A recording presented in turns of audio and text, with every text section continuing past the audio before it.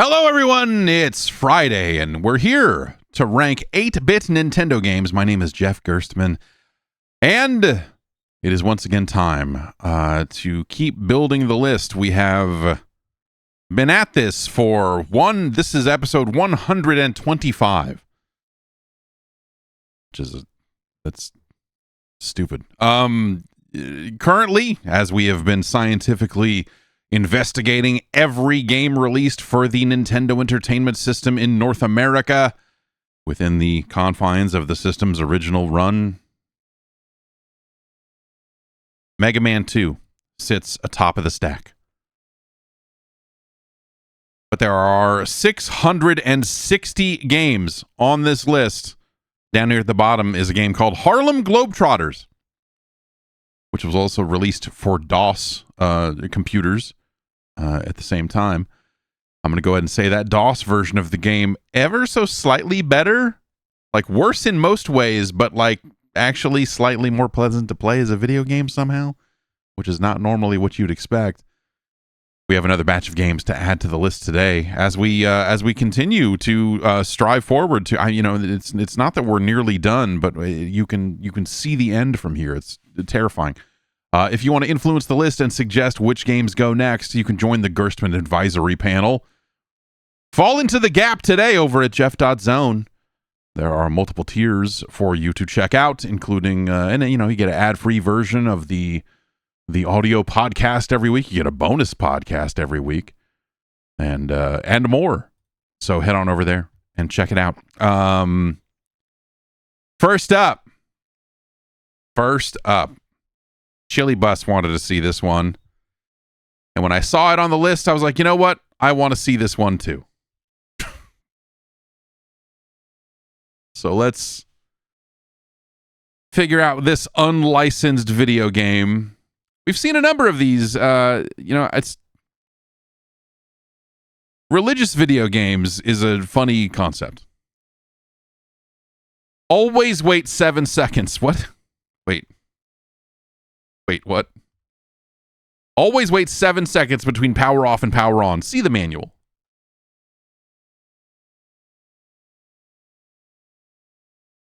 This is the Hunter Hearst Helmsley video game, I believe.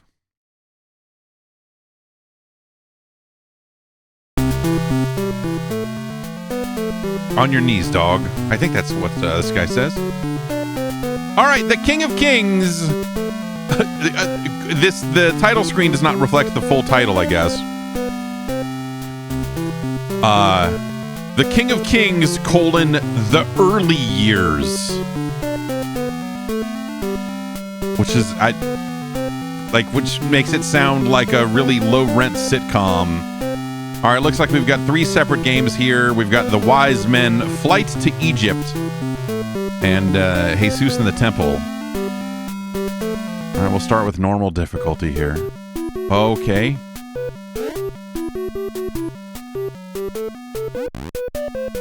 All right, we're a spitting camel.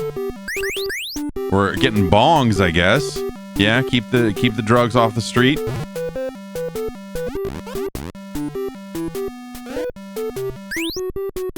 These lizards are facilitating smoking apparatuses. This bird is like, you want to smoke me out, dog? I'm like, absolutely not. Unless you're talking about healthy, wonderful cigarettes from my camel friend here. The annual custom of Joseph and Mary was to go to Nazareth every year at the Feast of Trumpets. True or false? That sounds false.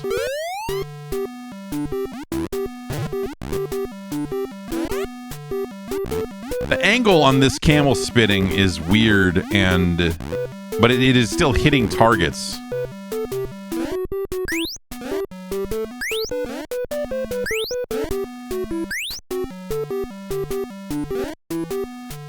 I can't push down and crouch and slide down.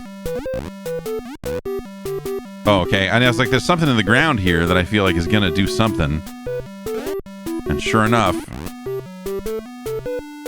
this is how cactuses or cacti operated back then. Not a lot of people know that. They would pop out of the ground and jab you.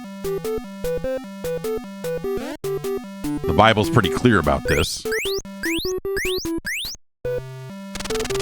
After Mary and Joseph found out the young Jesus was missing, how many days did it take to find him? I mean, I guess I could, you could like get a Bible and look this up, right?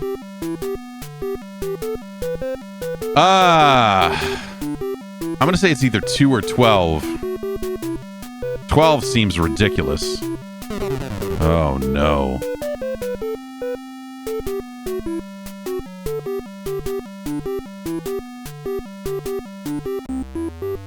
Okay, as the music changed, I was like, oh, is there a boss fight? What's... Okay. Whoa. That's a nice little... How much frankincense did I get? Yeah, air quotes. Hey, man, you got any frankincense? No, but I got that myrrh, you know what I'm saying?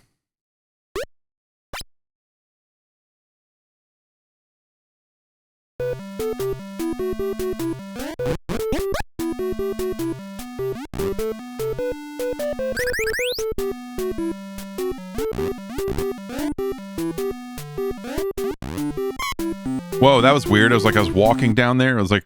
It pulled a Looney Tunes for a sec. I wonder if I could have jumped out of the air. There's momentum on this camel that doesn't feel right.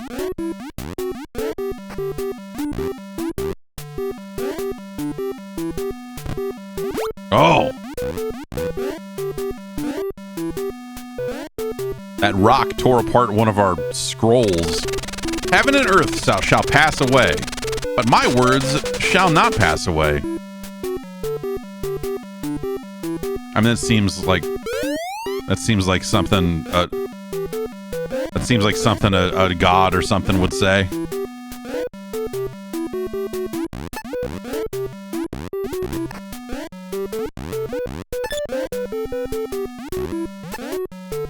Invincible.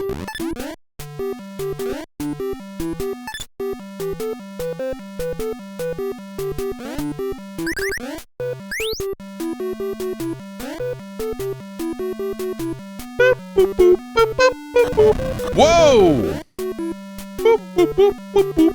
If I jump, can I avoid the... No, it would appear no. Oh, great. That sucks. No checkpoints, huh? The Bible is a motherfucker, man. That rock's moving a little too... Like, for the length of time it takes me to spit. I'm not even that I probably can't spit on the rock.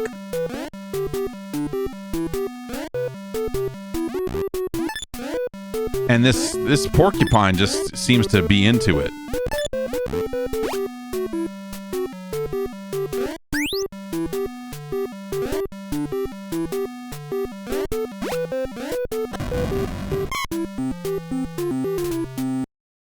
Come on now. All right.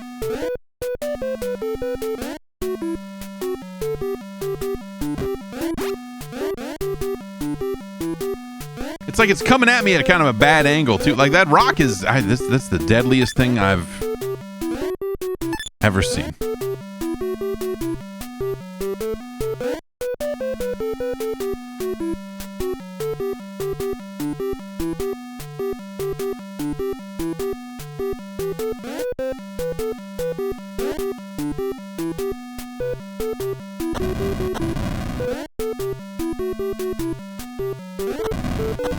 Yeah, like it's still, like even if I'm in the air, it still kind of freaks the camel out. So you kind of just have to know where that hole is. Yeah, truly demonic, those rocks. He said unto them, but whom say ye that I am? Blank answering said, the Christ of God.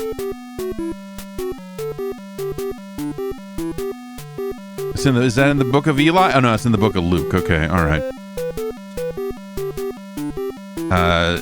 Zacchaeus just seems like a real fake name. I'm gonna say Peter.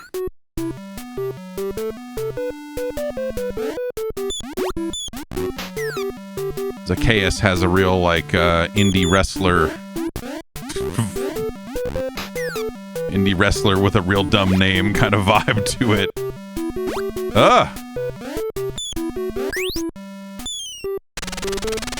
Put on the whole blank of God that ye may be able to stand against the wiles of the devil. Isn't it armor? Yeah, NXT wrestler ass name. Yeah.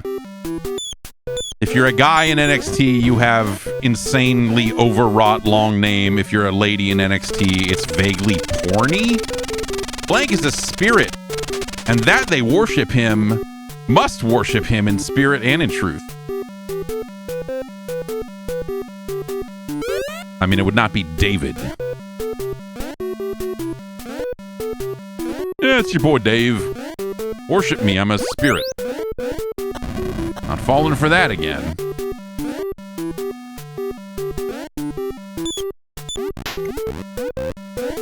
Spitting on these birds. What the fuck? These hellhounds. I guess that's a boss.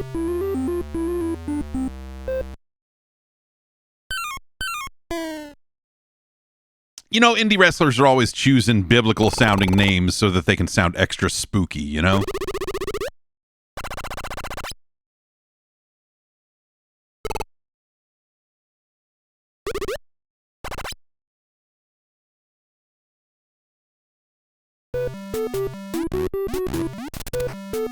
The fuck? I don't even get my life back between levels, man.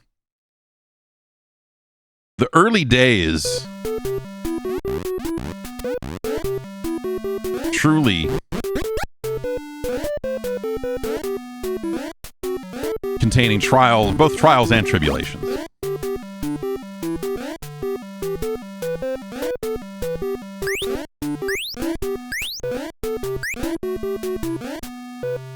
Oh, we find a bonus stage? What? And there was war in heaven. Blank and his angels fought against the dragon. Was that Michael? Sure.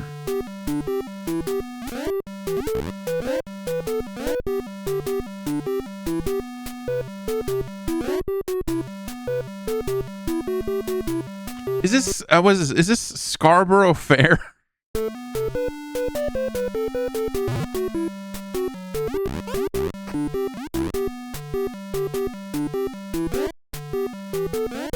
You're right, this is We Three Kings.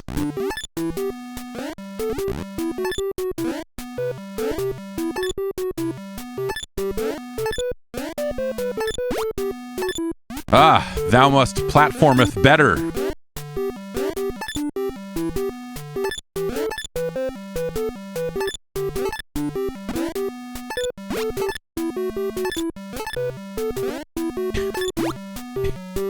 I can't even get the banana. I was trying to get up here to see what was up here. It's a banana. It's the Bible banana.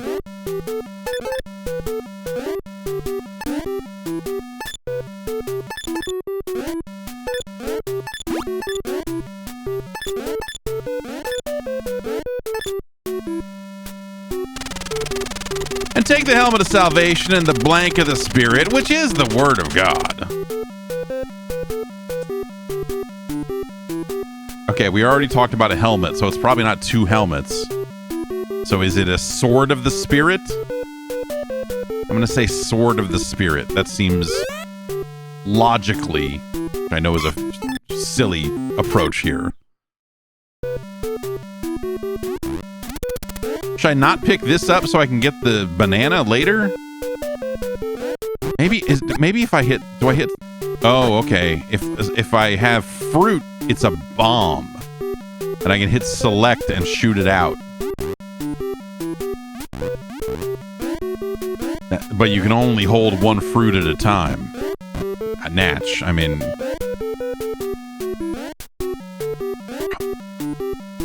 I don't want to go get this Bible banana again.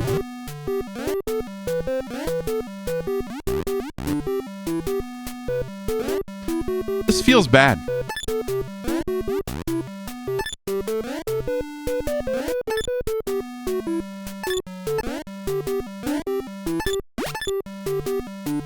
Okay.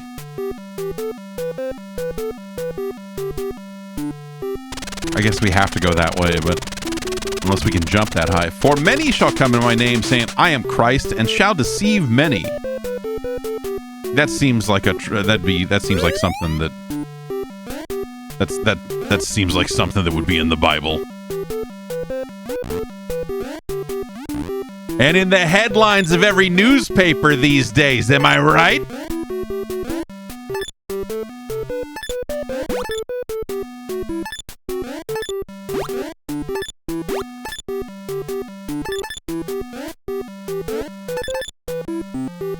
So close to the Bible banana. It's a rough level. All right. Oh, different game just takes you back to this menu. It doesn't say take the cartridge out and put in something else, man. Damn. But wait 7 seconds. All right, flight to Egypt. Fuck. All right, so now we have like a little turnaround kick attack here.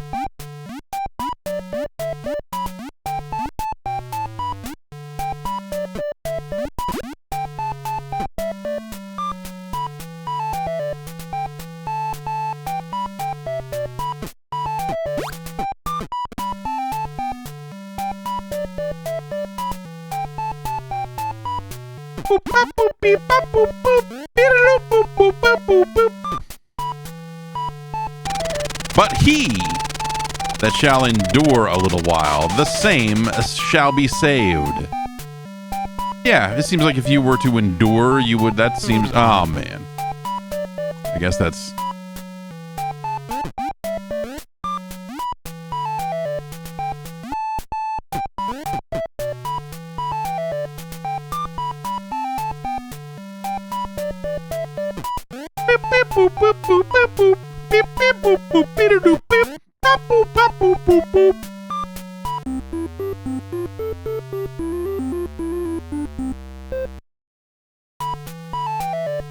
Boy, this sure looks like the same level, but with a different color palette.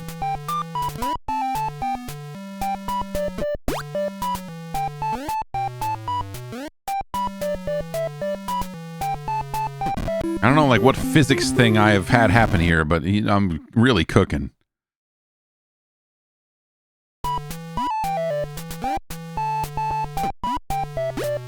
So it looks like they went for like a Mario control, like the hitbox on this is the your ass can't kick for shit.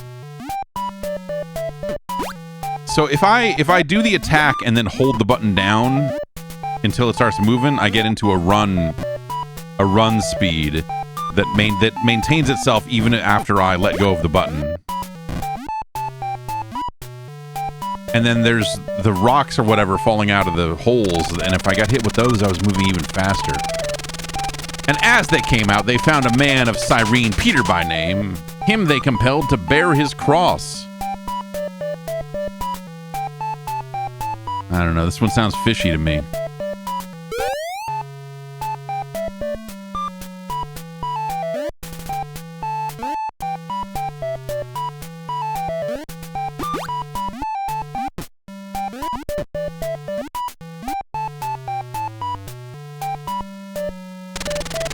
After 3 days, Mary and Joseph found Jesus in the temple, sitting in the midst of the tax collectors. That's, yeah, I don't know, maybe?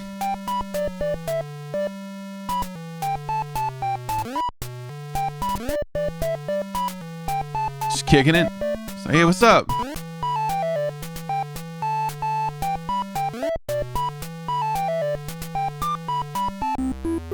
Oh, God. Like, it started moving slowly for the end of the level. I wasn't sure if I was still somehow vulnerable. Bats!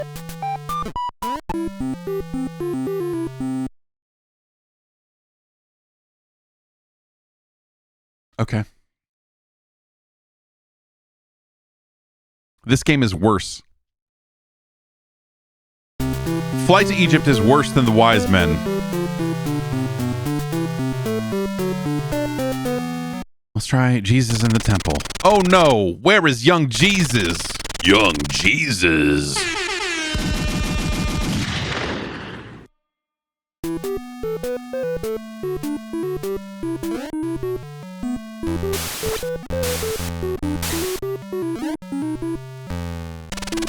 After 3 days, Mary and Joseph found Jesus in the temple, sitting in the midst of the tax collectors. I'm thinking that one's false. This looks like a ROM hack gone wrong. This looks like everything is broken.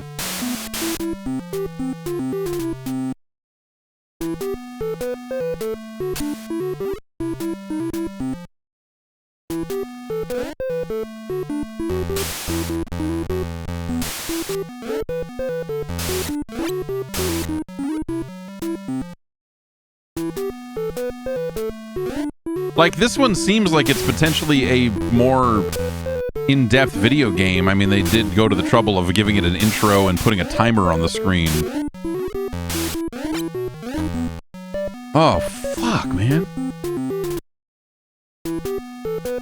So I don't have... So B button does nothing. Looks like all I can do is jump. So I can't attack these bees.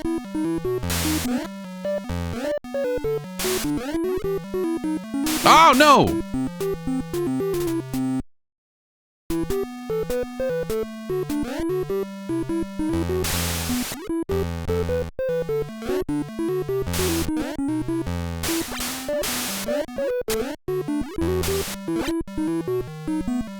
You fucking piece of shit. All right.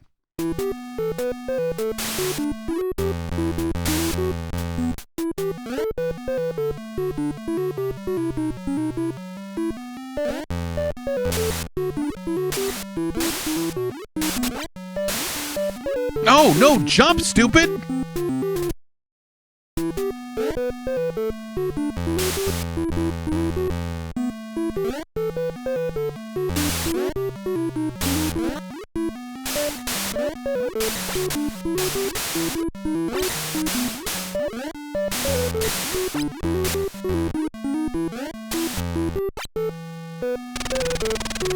And when ye shall hear of wars and rumors of wars, be troubled. For such things must needs be, the end is near.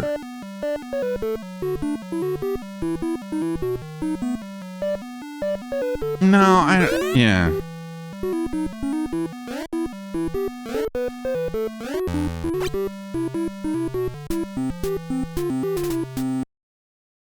Like, Castlevania wasn't this fucked up with the knockback.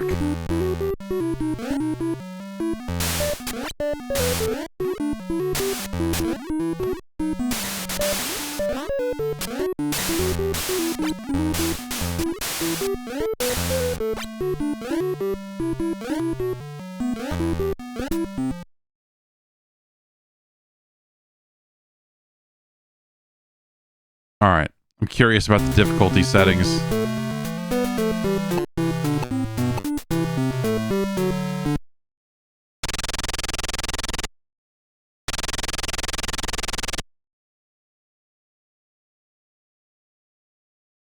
All right.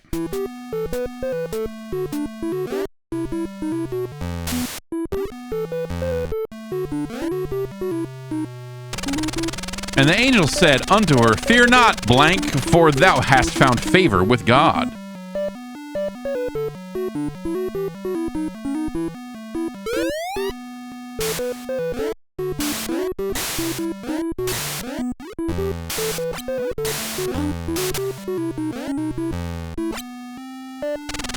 Who warned the wise men not to return to King Herod after they saw the baby Jesus?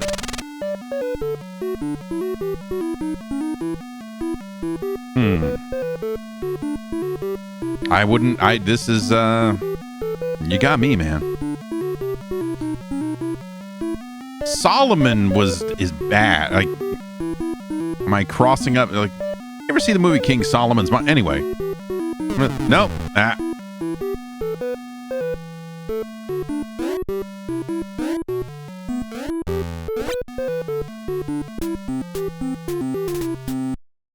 Solomon is Old Testament. I mean, that would make sense. This is the King of Kings, the early years, which I assume we're talking about the early years.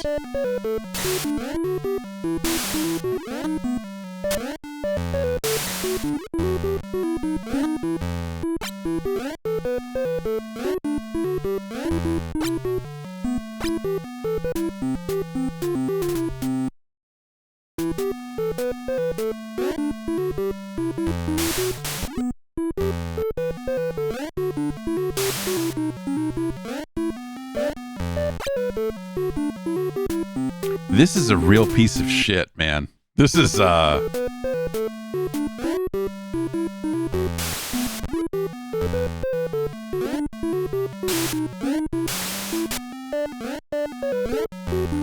not sure what makes this easy. I don't know, like, what the difficulty setting doesn't seem like it does that much.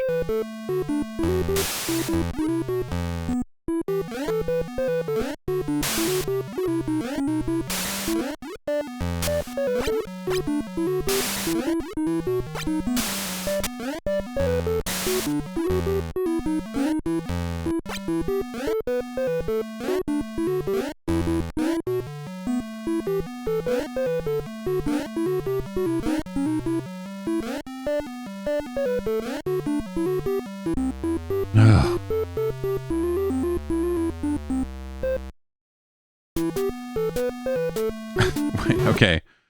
V-Hold is pasting some images from the manual here. If you're playing in normal difficulty mode, there are 15 levels. If you're playing in easy mode, there are 8 levels. There are also fewer obstacles and slower creatures in easy mode. Look at the animation on this spinning log. You gotta, I mean... Oh no, what's happening up there? Okay, the edge of the game world is terrifying. No, stop!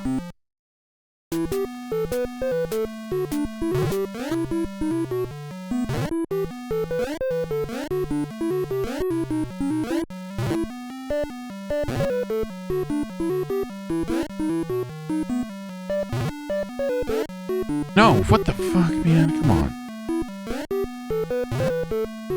So slippery.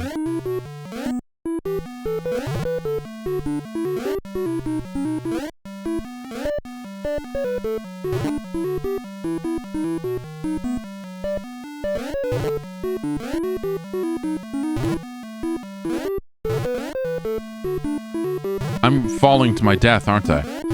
And you can't jump through these logs. I can't even jump high enough to get on top of the next one. Oh, that's...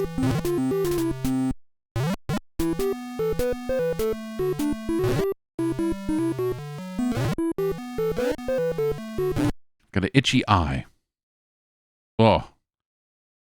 This just, you know, in all three of these games, I think, you know, there's obviously like a lot of shared DNA in terms of the player movement and the physics ideas, the ideas they had for physics. They all feel really terrible. Like it's the movement is extremely slippery, so it's very easy to like slide off a platform when you're not expecting it. The jump here feels worse. I feel like the camel could jump way higher. Fuck. And the knockback is like ridiculous. Are you kidding me, dude? Like, it's fucking crazy.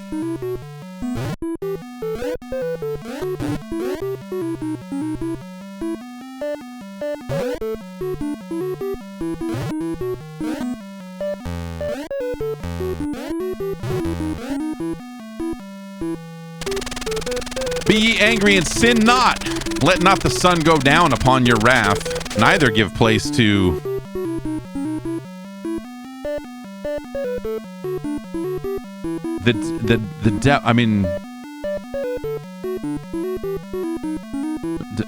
Neither give place to Moses? Goliath seems like a weird one here.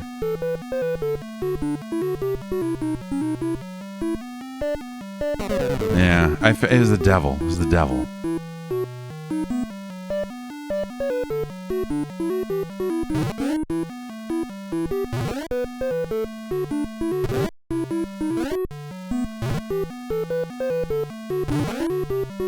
Really good overscan art, like elements in this game. Like the flickery sky, I think, lends the game a real terrifying psychedelic touch. Oh, come on! What, there's just no...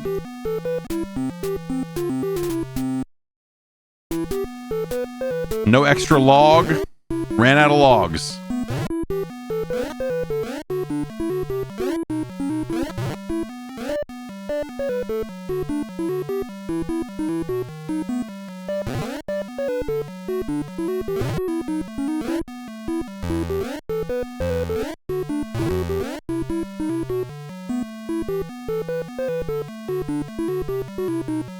No, what the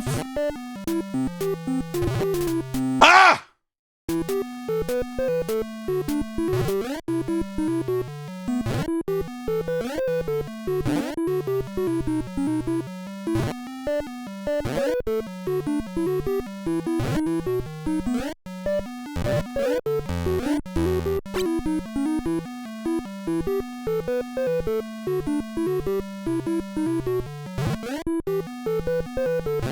It takes a long time for some of these logs to appear. Also, like it's...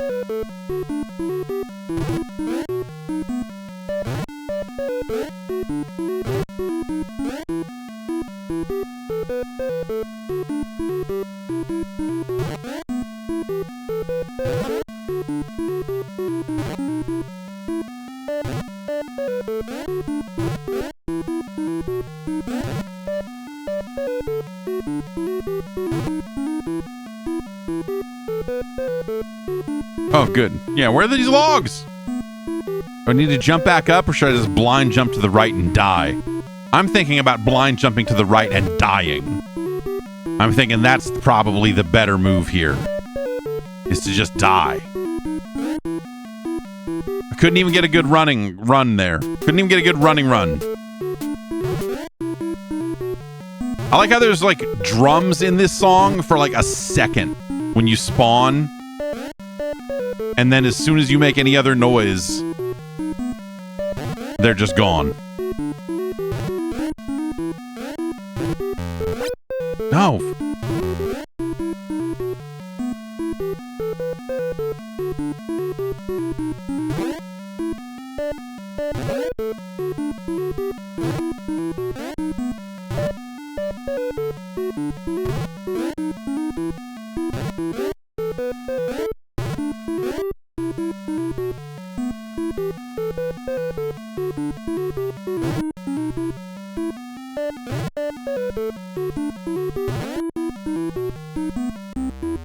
Just gotta don't stop for nothing on that one, I guess. Here it is dark.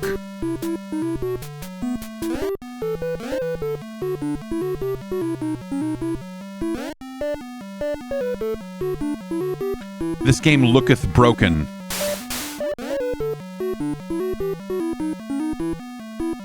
Alright, we must descend.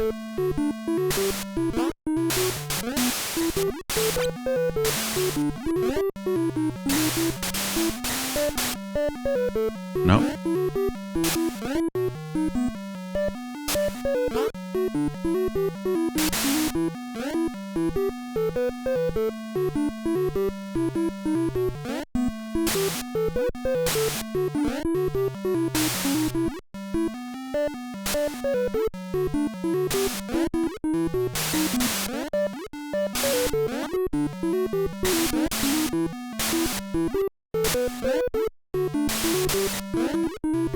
Here's a question for you. Do you think this is a never-ending maze, and I have to choose the right way to go, or I will never...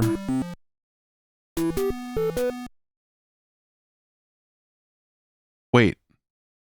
Did it start to play the end of level music, and then I fell out of the bottom of the screen? Like, it started to play the end of level...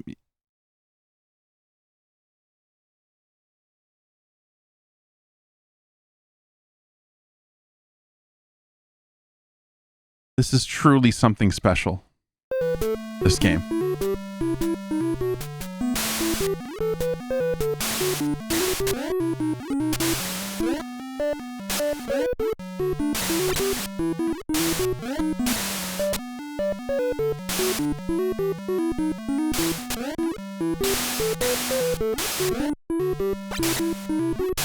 Found some scripture. Fish, let me get the Bible! The annual custom of Joseph and Mary was to go to Nazareth every year at the Feast of Trumpets. This Feast of Trumpets coming up again.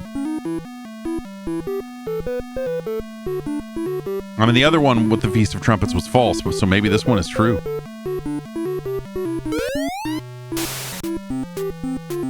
Oh! Okay, we came back to ROM hell. This is... Okay. We've glitched into the world here.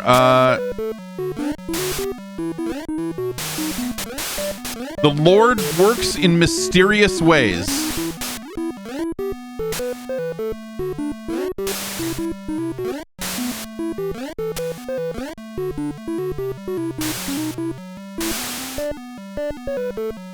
It's like we got our heads stuck in a wall and moved our way through, and now Beat Takashi is we're gonna finish his game in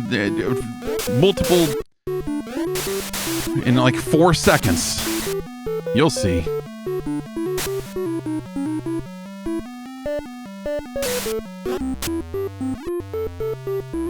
See? Easy.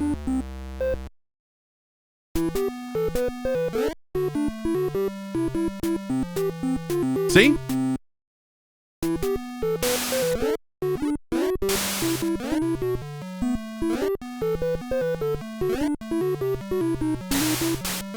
It is dark and hell is hot. Oh, yep. Good things happening here.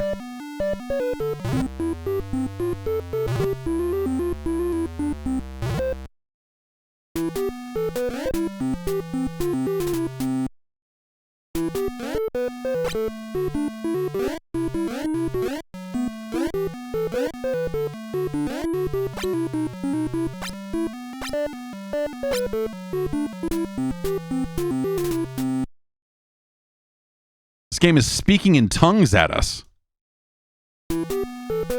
Alright. Continuing has corrected the...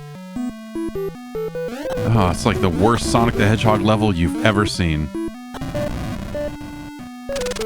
Put on the whole blank of God, that ye may be able to stand against the wiles of the devil. It's armor. I mean, they... Yeah.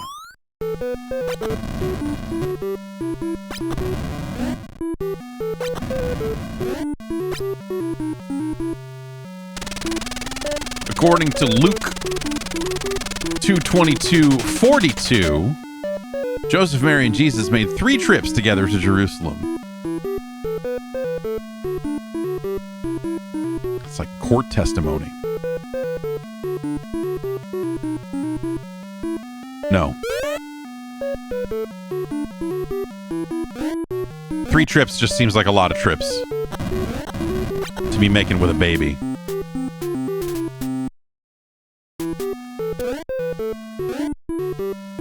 I liked this game a lot more when it was all fucked up and broken. I mean, in the glitchy way, not in the way it is actually fucked up and broken. I refuse to stop.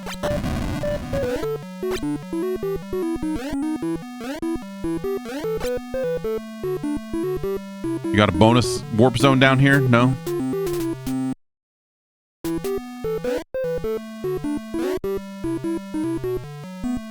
Oh, it's really hard to jump on these downward slopes because the game keeps registering you as already in the air when you move down them, and it's just a good feel.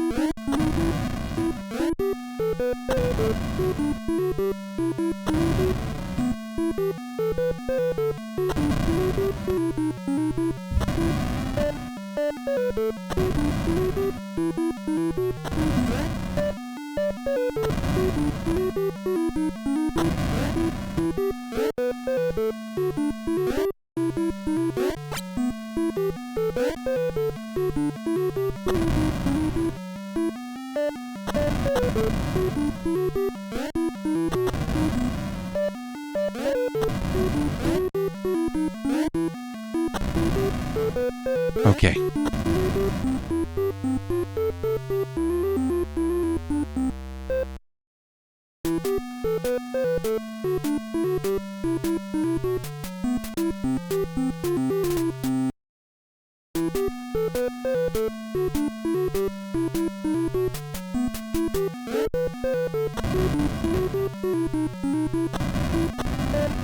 Can't jump off that because it falls fast enough to put you in the air.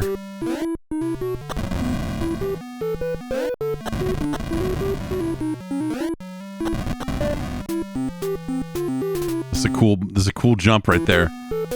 It's a cool jump with a low ceiling.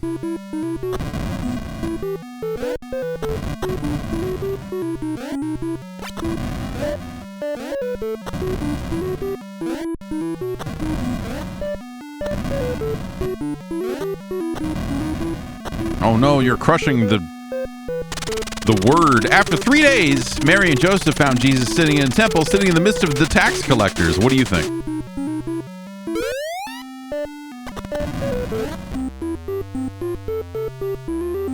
Bible's a big book. They could have put more questions in here. Whoa! Can I hover in the air when I jump? No? Eat wagon wheel, lady. What is happening here? These wheels are not hurting me. I can kind of stand on them.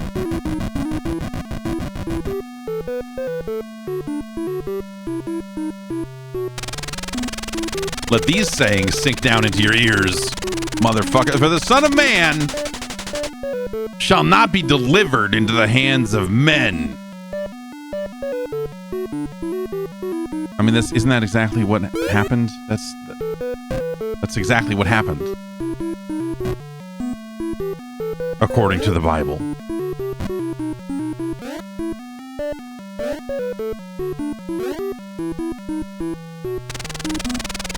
And take the helmet of salvation and the blank of the Spirit, which is the Word of God. The robe of the Spirit. Put on the robe. Put on the smoking jacket of salvation.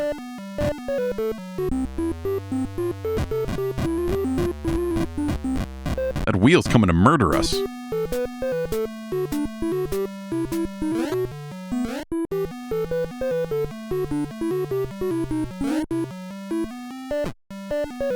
It's like Crazy Climber all of a sudden. Why can't I jump? I'm hitting the jump button. Can't jump. Hitting the jump button. Sometimes can jump. Okay, apparently you can only... Wait. What is happening? Sometimes I just cannot jump.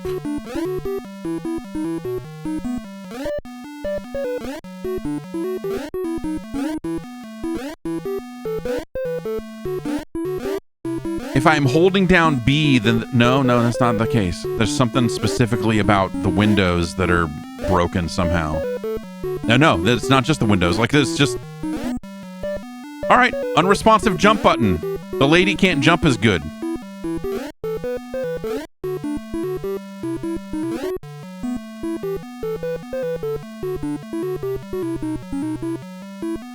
The lady can't jump!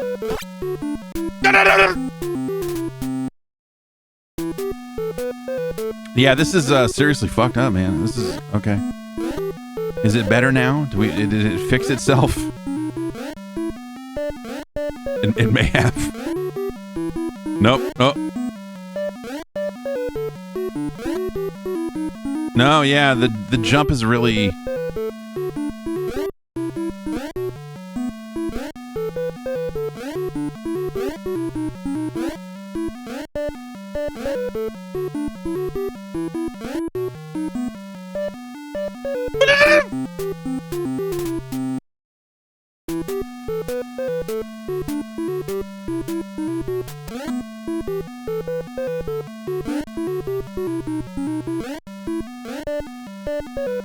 This is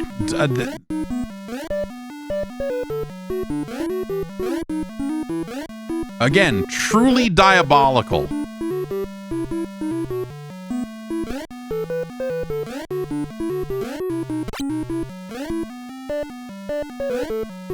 You get a crazy climber, me? Me?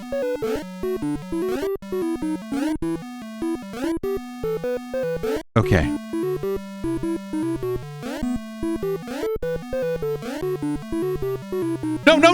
No, jump, stupid!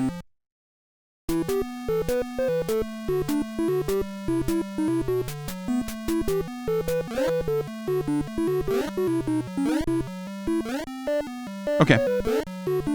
This is okay. Yeah. All right.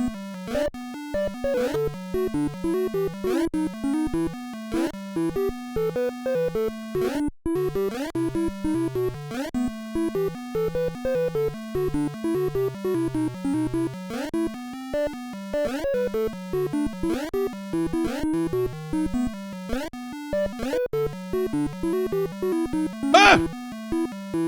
Still can't jump. Still can't jump.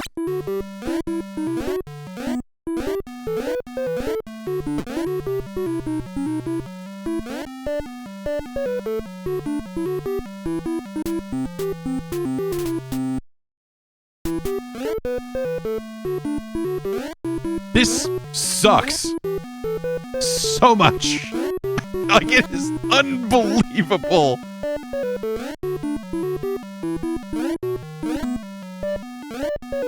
Oh my god, just like...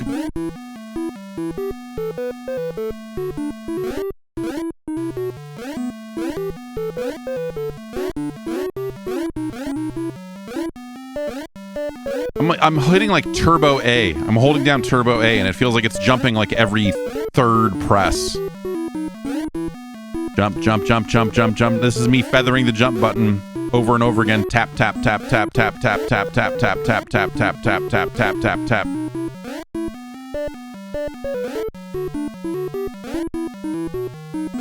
Now trip on this. This is version 5.0 of this game, which there are 4 other versions, or three other versions of this game that are earlier, which I assume means this is the one that is fixed up the most.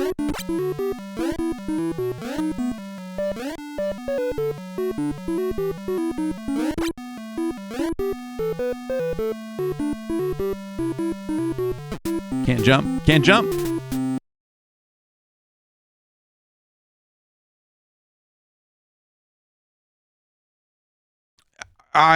This is a miserable fucking thing. Holy, like, okay.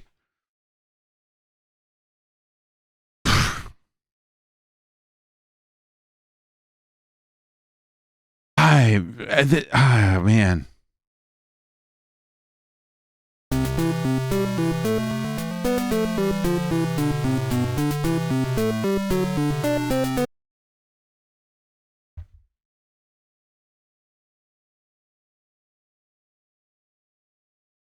I'm not much for the Bible, but the Bible deserves better. As a licensed game, as a game with the Jesus license, I feel like this should be the lucrative Jesus IP, based on the book Dianetics. This is a fucking mess. Like, think about it. Okay, so like we've played plenty of religious games here, right? As we've built this list out, we've seen Bible Buffet. We've seen almost all of them. I don't know how many more are left. Like, but we've really kind of run through the majority of them. This might be the worst one. So like it's weird because at first glance this game doesn't look bad at all. You're like, it's a platformer. I don't know, the camel can spit, but everything about touching the controller, everything about interacting with it is terrible, top to bottom. The camel, probably the best of the 3. The donkey, the kick on that thing is messed up, and you're running up a hill. The game doesn't really do slopes and domes and all that stuff all that well, because as you're kind of moving down them, it's kind of stutter stepping. Your character state seems like it's probably constantly flipping between on the ground and in the air, and so the jump gets less responsive in those cases. Now, in that level with the dome there we saw at the end, there were just cases where the jump button became completely unresponsive for like a lot of frames. And so if I'm like mashing the button like every 3rd or 4th press would result in a jump. And that's broken. Now, okay, fine, whatever. The Bible game is messed up. Like, okay, whatever. Now think about the part of the game that they, that you paid to see, which is, true and false questions about the Bible. It's a factor in many of these Wisdom Tree games that have been released, is they're going to show you a Bible verse and say true or false. I mean, they're all false if you think about it.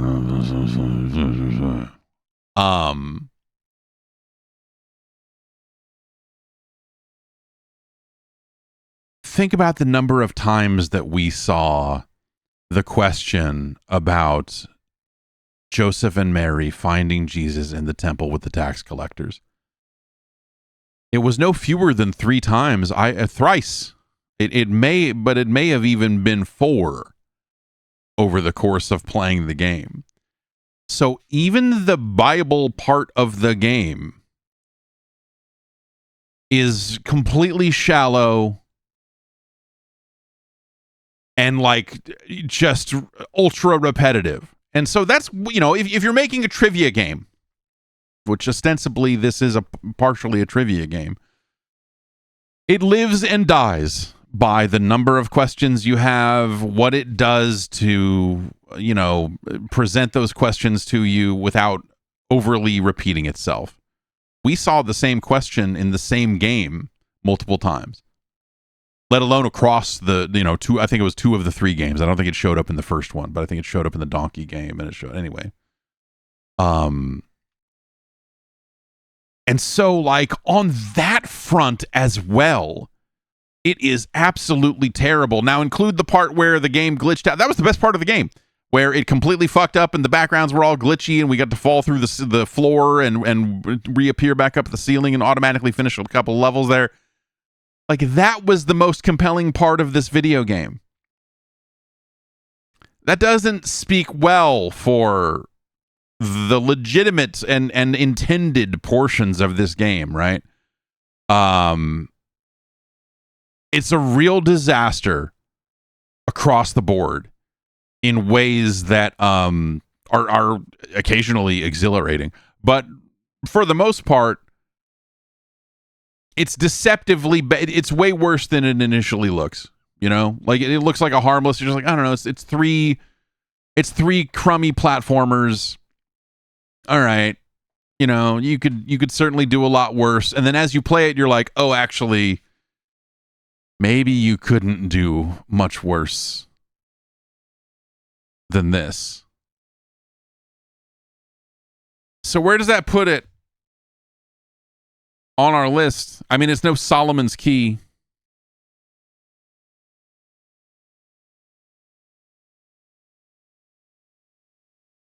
It's no Fire and Ice even. It is worse than Ninja Gaiden 3, The Ancient Ship of Doom. It's no Super C. Mighty Final Fight is a better game. I mean, they could have just hacked this and made it Almighty Final Fight, And put out a religious game there. You could have played as Bobby Lashley or something nice like that. Simon's Quest is a better game. And requires more, falling to your knees and praying than this game does as well. So, Ghost Lion is better. Al Unser Jr.'s Turbo Racing is a better game. You'd be better off with a copy of 3D World Runner, man. Bad News Baseball, definitely a better game. Kiwi Craze, A Bird-Brained Adventure. You'd take 10 copies of that over this. It's certainly no David Crane's A Boy and His Blob, Trouble on Blobolonia. Flying Dragon, The Secret Scrolls, a better game. Xevious the Avenger, a more biblical tale than this is for sure. It's no Jaws. Solstice, The Quest for the Staff of Deimos is a better game. Is the King of Kings the early years better or worse than Dino Wars Destruction of Spondylus?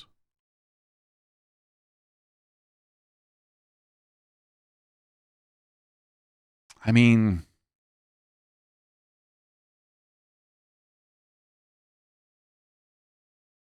are dinosaurs real? Are robot dinosaurs real? There's a lot of questions that I feel like, you know, the two games are very much in conflict.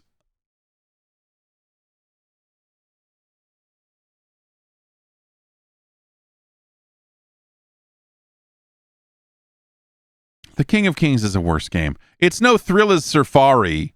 Wood and Water Rage is a better game. You would certainly be better off with a copy of Milan's Secret Castle. Mary and Joseph are a heck of a team, but they're no Battletoads and Double Dragon, the ultimate team. Demon Sword is a better game. I would take a Demon Sword over a Sword of the Spirit every day.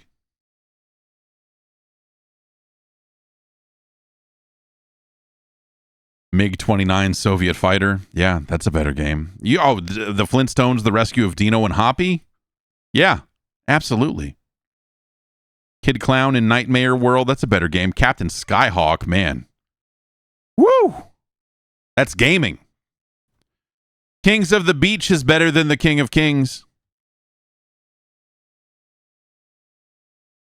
It's no Hudson's Adventure Island. Yo Noid is better and more biblically accurate, I'm sure.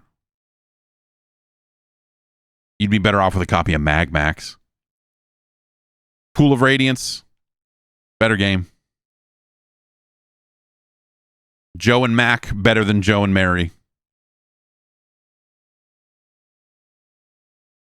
And much like that story, Mac is also a virgin. B-52 is a better game. You'd be better off with a copy of Ultima Quest of the Avatar. It's no The Jungle Book. Roller Games is way better. Are you kidding me? Roller Games is way better. You'd be better off with a copy of Digger T. Rock, The Legend of the Lost City. Wally Bear and the No Gang is a better game. Feels better, plays better, looks better. Has a message that you can use. The Terminator, that's a better game. Bill Elliott's NASCAR Challenge, sure. Yeah, absolutely. You'd be better off playing a copy of Tag and Dragon than this. Bad Street Brawler, that game also was glitchy and broken when we put the science to it. It could not hold up under the strain, but it is still a better game. Oh, we're out of scrolling space. How did that happen? Fox's Peter Pan and the Pirates: The Revenge of Captain Hook is way better. Conan is way better. Bible Adventures is a better game. The Uncanny X-Men is a better game. Hook is a better game.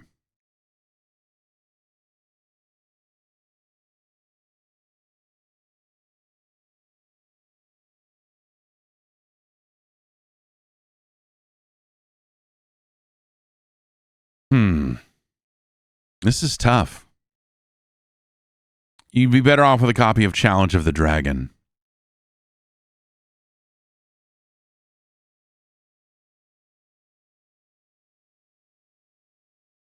Is it better or worse than Battle Chess? Man. You don't know if this is worse than Ren and Stimpy? Oh, this my brother in The King of Kings, the early years. This is way worse than Ren and Stimpy. Buckaroos. But Battle Chess. Battle Chess is chess. It doesn't seem like it's especially good chess.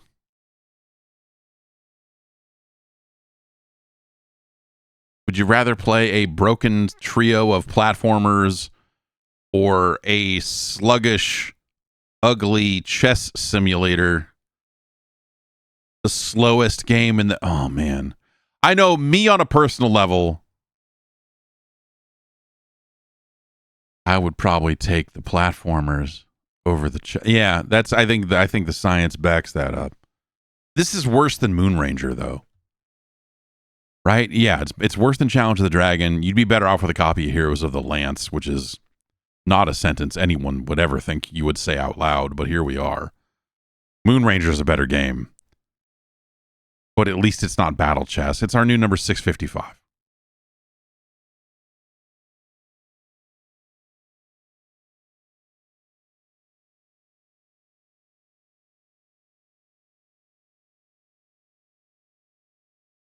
I'm holding out for the sequel, The King of Kings, The Later Years.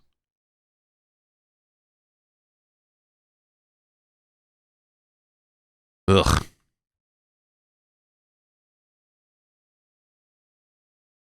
And there you have it.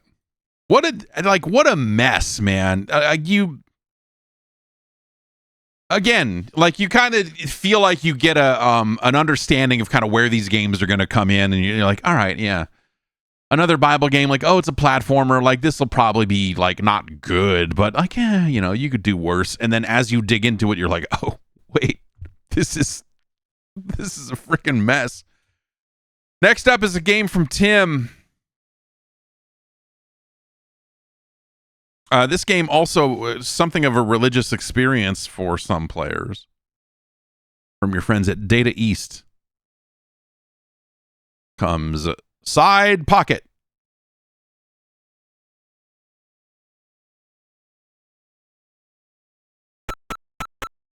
It's a good crunchy kind of select noise.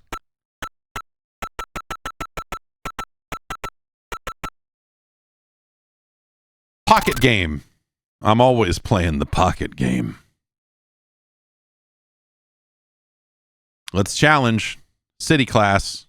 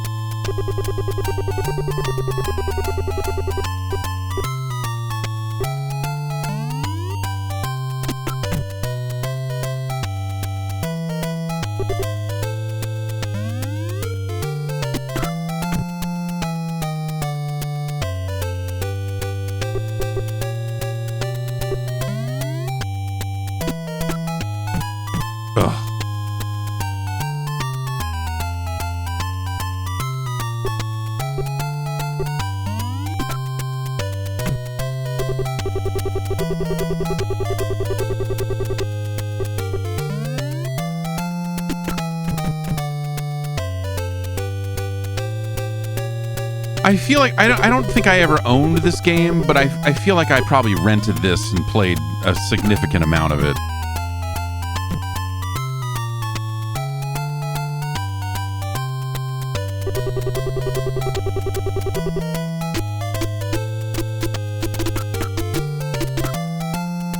You can do the elusive Massé. Let's do a little Massé 3 to see what it looks like. Yeah. Launch that freaking ball. Oh, the animation of the little picture up at the corner of the player is like doing the shit that gets you kicked out of most pool halls. Because they know you don't know what the fuck you're doing. Like, get out of here with that bullshit.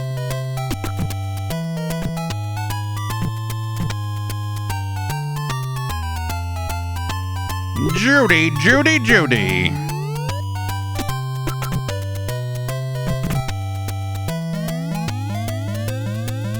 Zone. Well. I mean, I don't think I can hit that ball into that pocket. I mean, especially not with this attitude, but let's...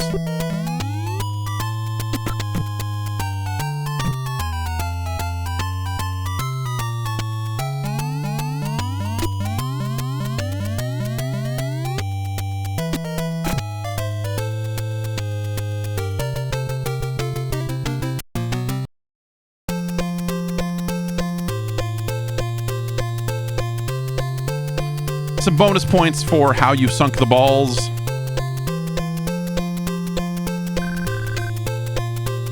This game is very straightforward, but totally fine. No, no, no. I mean, this looks pretty straight on. Can I just... No, of course not. No.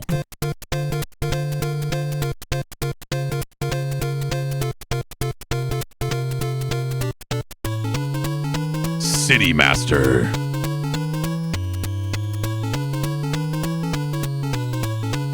You know, the Minnesota Fats game that came out for, what, Saturn and stuff, like, that's technically a Side Pocket game. Like, they made numerous sequels to Side Pocket. And I feel like Side Pocket was sort of the preeminent, the early dominant pool game on consoles.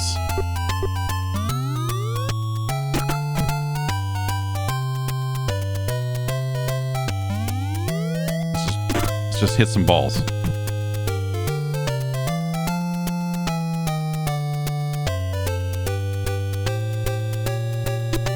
You know, if we hold down B, we can...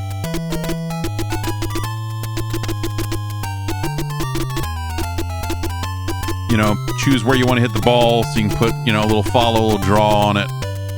We'll put a slight bit of draw on this, just so it doesn't follow into the pocket.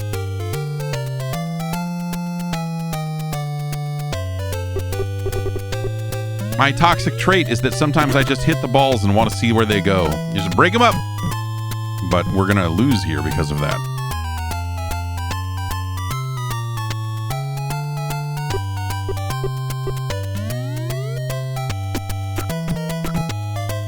Well, shit.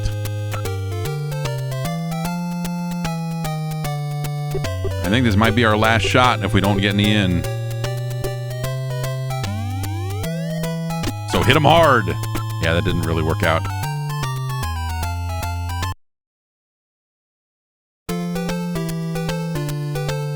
Regret your lost chance. Goodbye. It's really...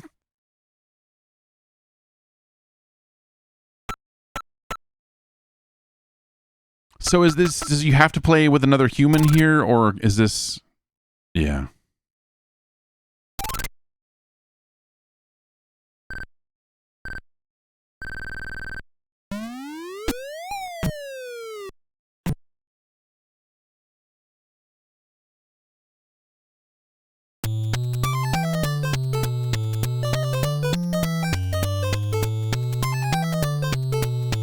This is nice.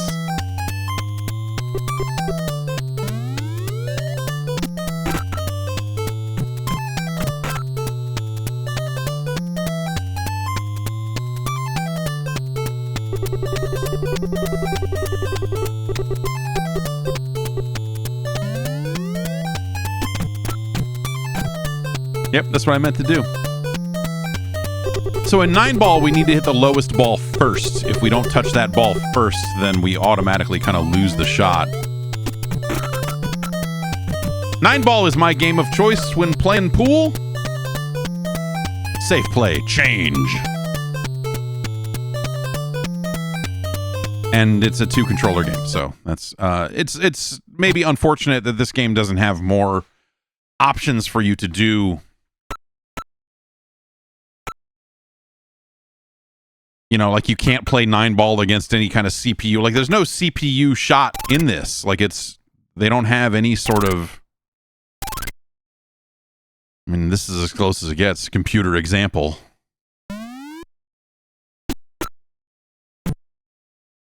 He sure did hit that ball.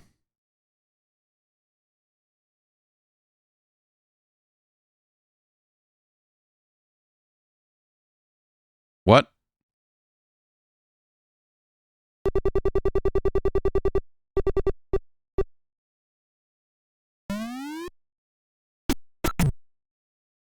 Very good.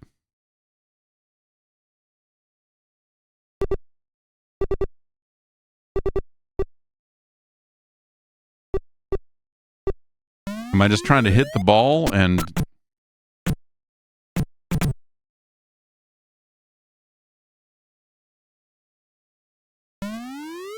Like, I'm not necessarily trying to get the ball in. I'm just trying to hit it with it on center, right?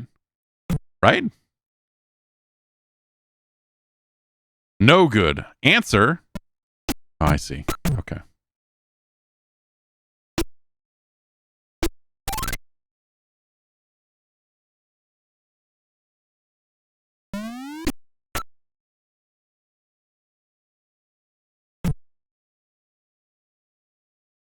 I think the definitive bit of well, there's maybe two, you know, the kind of the definitive bits of billiards related fiction. It's that Minnesota Fats game for the Saturn, all the great FMV in that, and that episode of the Brady Bunch where Bobby Brady gets way into playing 9-ball. No. Okay. There's a Game Boy port of this. Yeah, I mean, Side Pocket was an arcade game before this. It's and it was fine there too. Like, you know, as far as like them trying to build rules to pool that make it so if you miss too many shots, you lose and have to put in more money. Like, I think they hit upon like a decent set of rules for it. It's not something that really corresponds to you playing real fucking pool.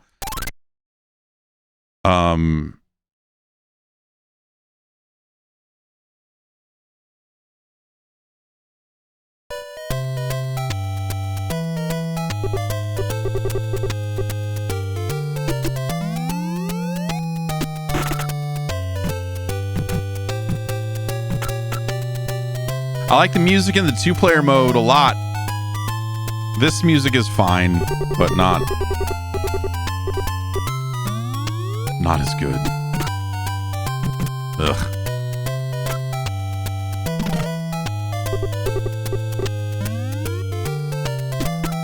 Man, that's terrible. That's just bad. This is bad shooting I did there. All right.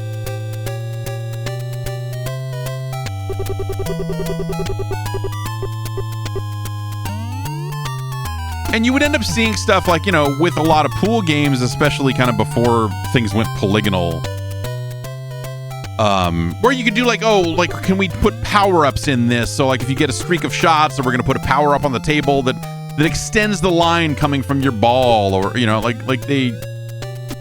there were opportunities to try things that I think some of that stuff got investigated and some of it kind of fell by the wayside, but all right, zone time.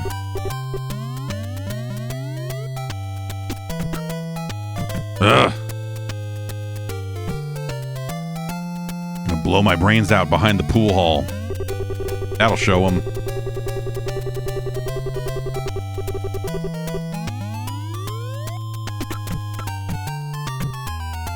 Well, it went somewhere.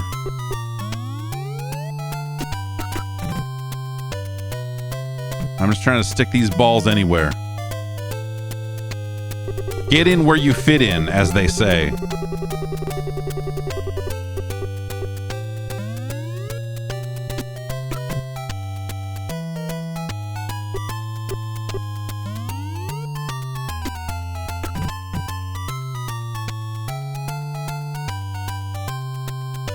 I think the thing I like about pool is, like, I kind of like geometry, you know, as a math concept as a kid anyway.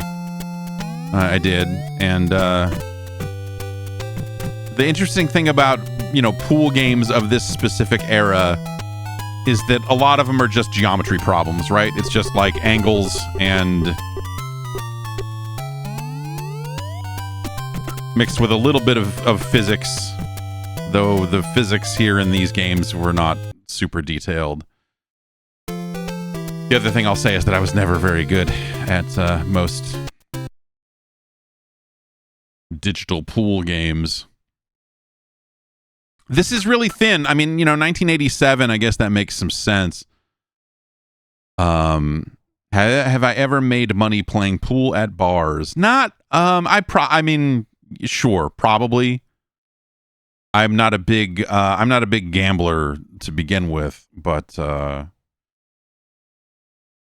don't like doing, like, I don't like playing video games for money. That was a real weird,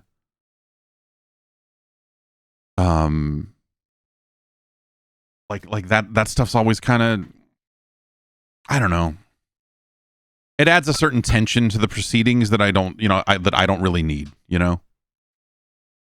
I just like to play the games and compete. And when you throw money into it, I think it just kind of messes up some stuff. But I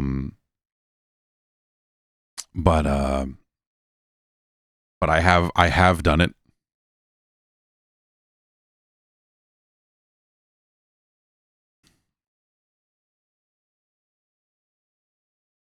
I mean, I did. I took some money off of Mark Turmel playing NFL Blitz against him, which was pretty cool.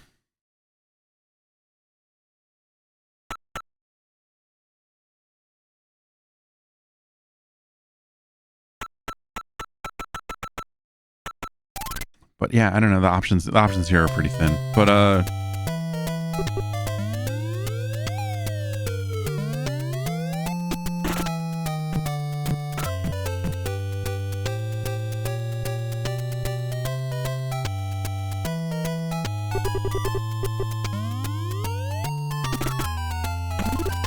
B.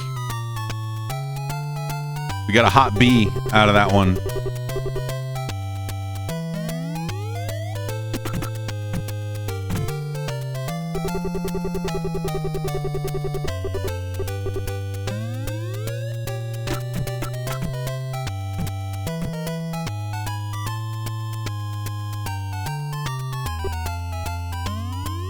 Let's hope for the best. Nope. That didn't go our way at all. I feel like when I miss shots in a game like this, it is always a failure to think things through.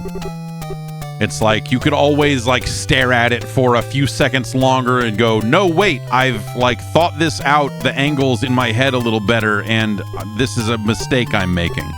But also,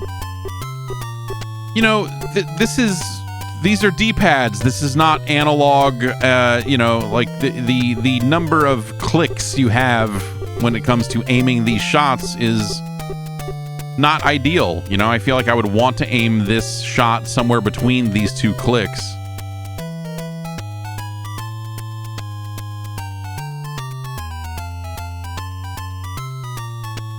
And you can kind of start to think like, okay, well, if I hit the ball on the left side of the ball, it'll like angle a little bit more. That's actually, we don't want that. We don't have the right side. But I don't know that that's, yeah, okay. So that one notch was too much, and we just completely missed the ball. And so there's ultimately, like, I think the problem, and it's not necessarily, I don't think it's something you can necessarily hold against this game specifically. More so, it's just an issue with this era of video games. But there's just there's a level of finesse that I think you want. There's a level of fidelity, really, that you want to have when it comes to this. And, aiming on a D-pad just isn't it. And so it's easy to look at some of these scenarios and go, oh, if only I could put it between these two clicks, that's where I need it. But I can't. And that's very frustrating. Because sometimes it feels like the tools at your disposal are not good enough for what you're trying to do.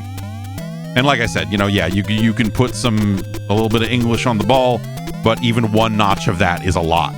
And so you saw in that shot that I tried to make there, where I put one notch of it on there, it completely missed the ball like entirely. And so, ugh. So, like that's, I feel like it would be like, what was like Virtual Pool or something, like in the early 90s. Like I remember playing on a pool game on the PC that felt like it finally sort of had more of the fidelity I was looking for, mouse aiming and some of that other stuff that, come on, go. Oh, yeah.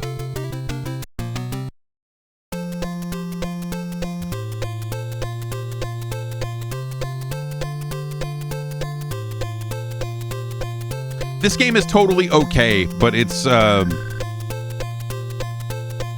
again, it feels very limited. in terms of modes.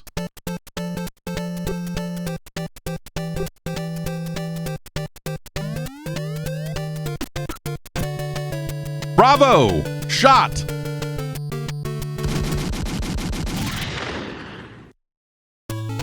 And so we basically get an extra life, I think, for making that shot. Yeah, good little music kind of throughout this.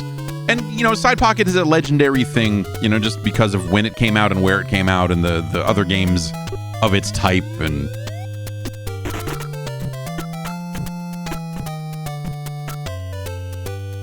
there's a purity to this, at least. And I think there's a purity to this era of, like, you know, simulations of pool. Super Ball! Powerball! Ugh. We did not sink or even directly touch the Super Ball.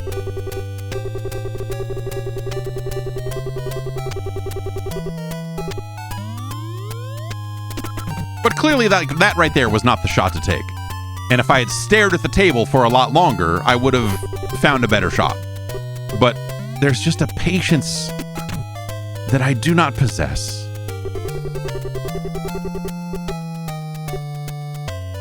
This is gonna miss. I've made it. No? Yeah. Yeah. Yeah, you know.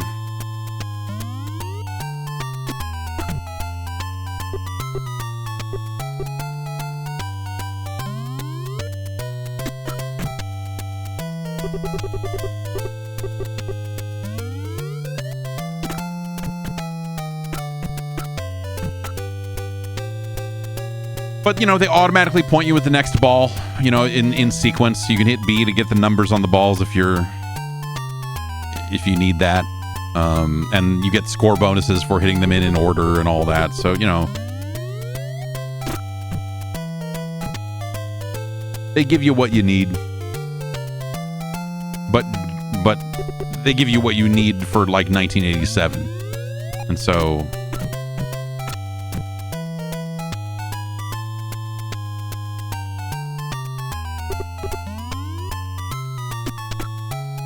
yeah, that was, I don't know why did I even, that's a terrible shot. Challenge next! Except not challenge next. Challenge back to the title screen. Some pretty good translation stuff here. Anyway, that's Side Pocket. Some people are saying that arcade versions of this had nude women in it, but I don't think that Data East was in the business of porno billiards. I could be wrong, but I know there are other billiards games, much like there are a zillion different Kicks clones. Yeah, Pocket Gal, right? That's the... okay, so there's like a version of it that is like porno pool. Not for the NES though. That's just arcades. Pocket Gal. I'm looking to buy a Pocket Gal. I'm a trucker, and these nights on the roads are awfully lonely, and I could use a Pocket Gal.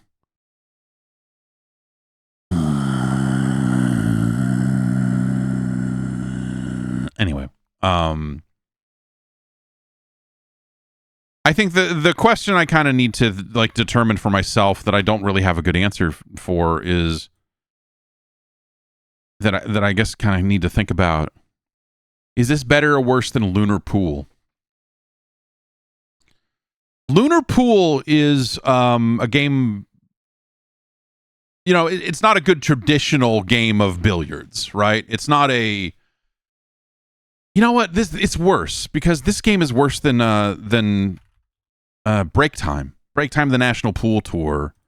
I think in terms of just options...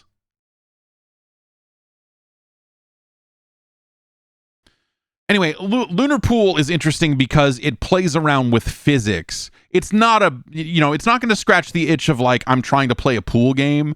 I want to play some billiards. I want to play some 8-ball. I want to play some 9-ball. Like, it is a sufficient game in that department, I suppose. But where Lunar Pool really starts to shine, if such a thing is possible, is that you can adjust the physics, you can adjust the friction, and it has crazy tables. So when you finish the regular looking pool table, it immediately takes you to something that looks insane, and there's like 50 different tables in it, and that's neat. It's not gonna give you a realistic game of pool, but that's because it's Lunar Pool.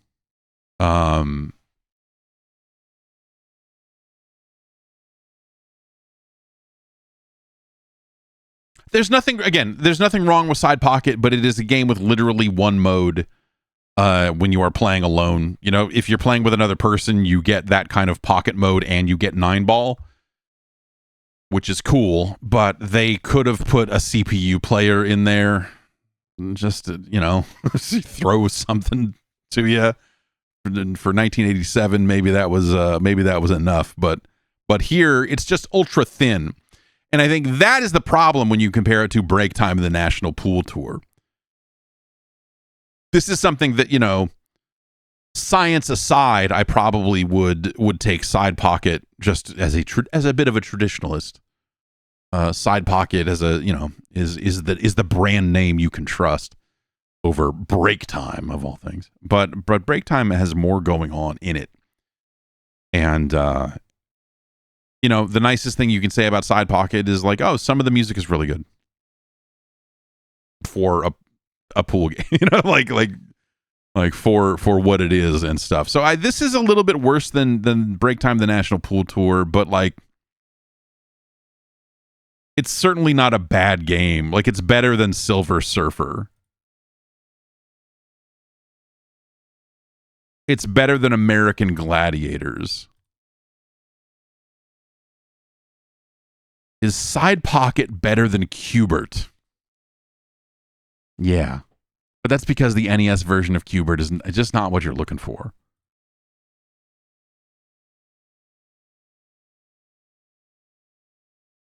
Castle Quest is a better game. As weird as Castle Quest is a better game. This is our new number 469.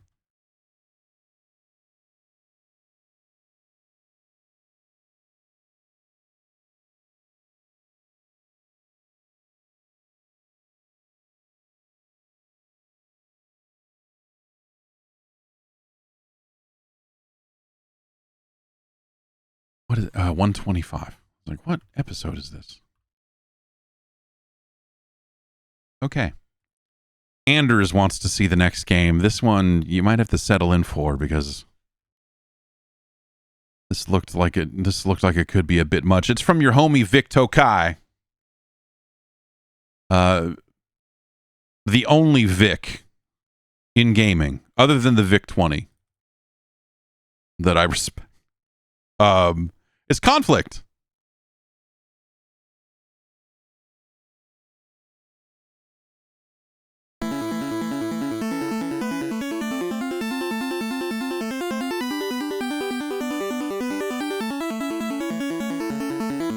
Pretty good music off the bat.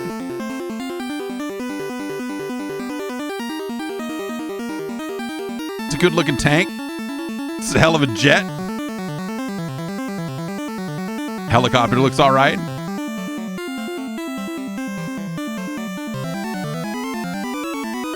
That's a really heavy start button jingle. Do we want 3 units or do we want all units? 3 units? All units. Let's go with 3 units for now. How many fame points do we want? Oh boy. Let's go with blue level 1. The Tale of Mid-Cities, The Arch of Battle, Cats and Dogs, Bridging the Gap, Screaming Eagles. Oh, there's more. Facing the Truth, and Map 16, The Final Conflict. Oh, they got North and South in here. Well, why would you buy North and South? Oh, why would you buy Rolling Thunder?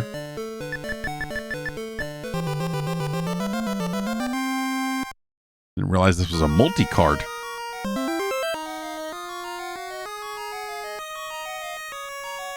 When you see the hex, you know you ain't getting sex. It's Conflict.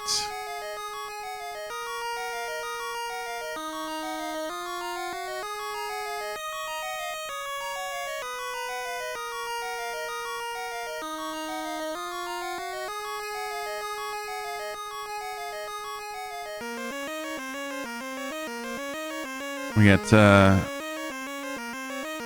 yeah, you know, I get, you know, I'm not really into BRDM. It's just not my thing. Nothing but respect for the people that are, but, you know.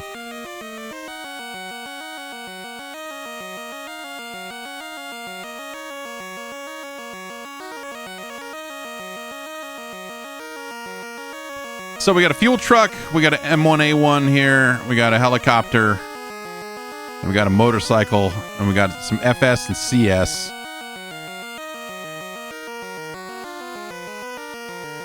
Everybody move. Is that all for this unit? No.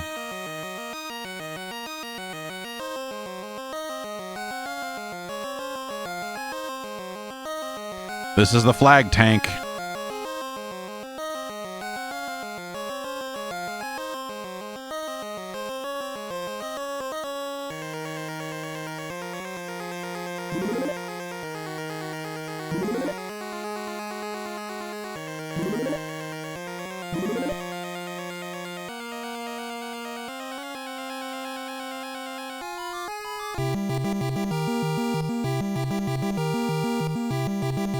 Infan, Trimen,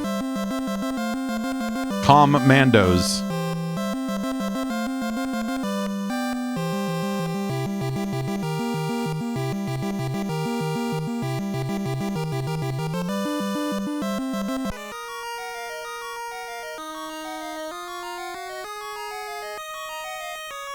This is an air-to-ground attacker. What are their orders? They cannot move there. Yeah, I mean, just fly over it. Fly the fuck over it. What is wrong with these games and their ability to not...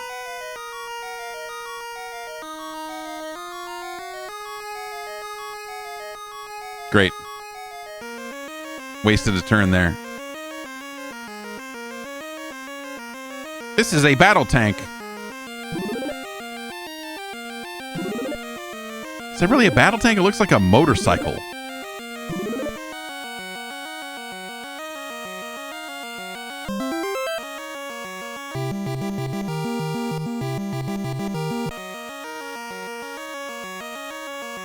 The red team can make MiGs.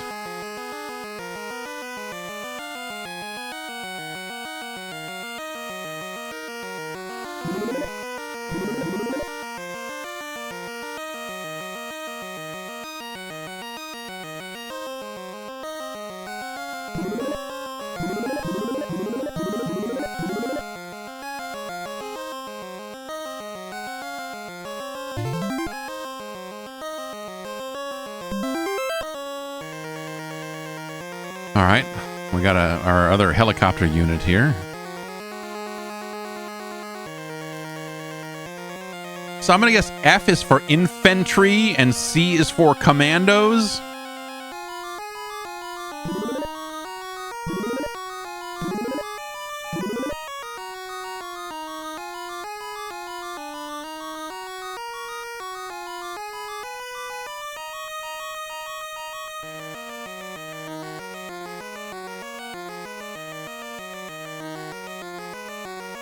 I mean, you know, this is not like a smart way to do this, but I want to cease the action, you know? I want the units to clash.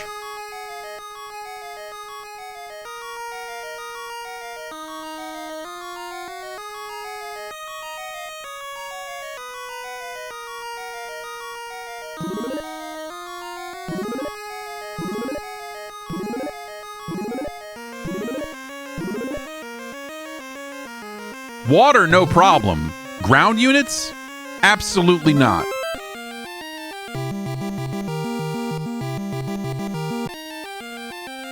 Oh, I should have started building something else, huh?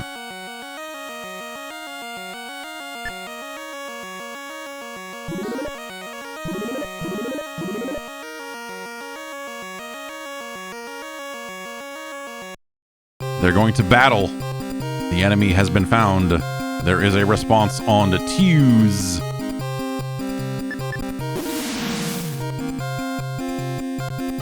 Attack red. Launch missile. The enemy cannot be captured. Choose their action.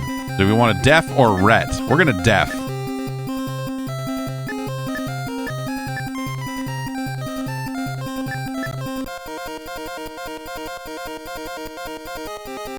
Blue is taking the following action. Moved. I don't like the... Yeah, that's right. They speed away with a cloud of dust erupting behind them. Quick response. Blue has caught sight of red. Loading the ammunition. Like this. Is selection correct? I mean, I don't think I can pick the other. The machine gun was fired. Red, choose their action. I like the idea of this having like a bunch of fucking... Red is going to retaliate against the enemy. The powerful G-force overtook the pilot's body. Dive executed. Red has caught sight of blue. Lock on.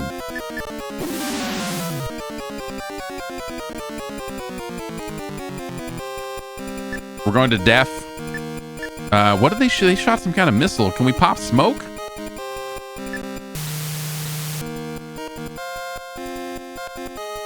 We took the following action. Smoked. Blue is going to retaliate against the enemy. They speed away with a cloud of dust erupting behind them. It's like Tecmo World Wrestling, but a tank fighting a helicopter.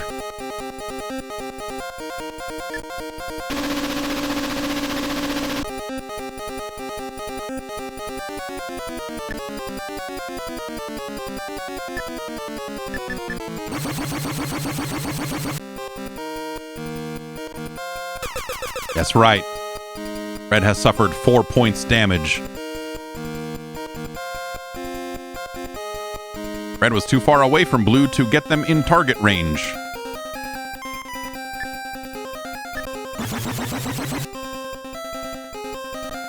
Turned.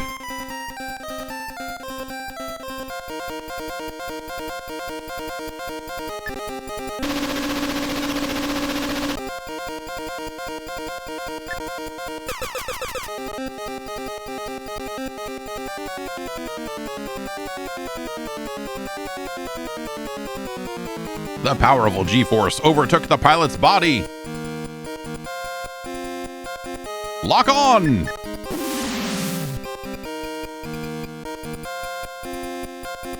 We're gonna def. We're definitely gonna def. Hide. We're gonna look. We're gonna move.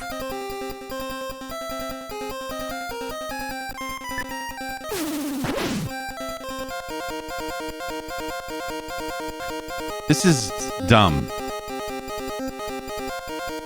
Blue was too far away to get them in target range. Ugh. We're gonna turn, I guess.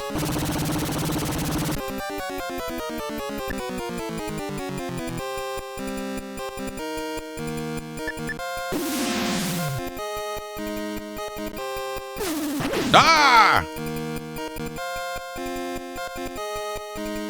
Oh yeah? You think you're all big and bad? Big and bad? They speed away with a cloud of dust erupting behind them. Quick response. Blue has caught sight of red. Like, the even... It's a lot. It's a lot of repetition here.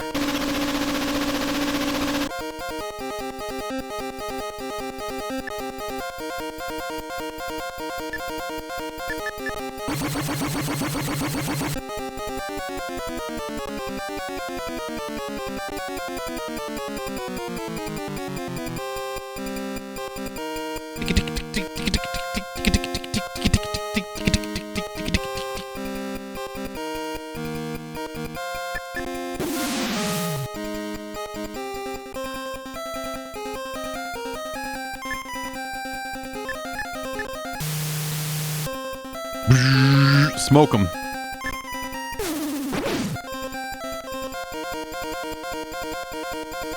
The battle is over. Both have ceased fire. What?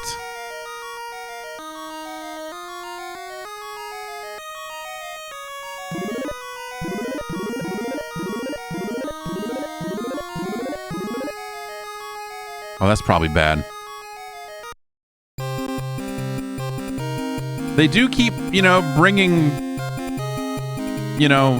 vehicles that are appropriate to the battle here, because this is primarily an air to ground.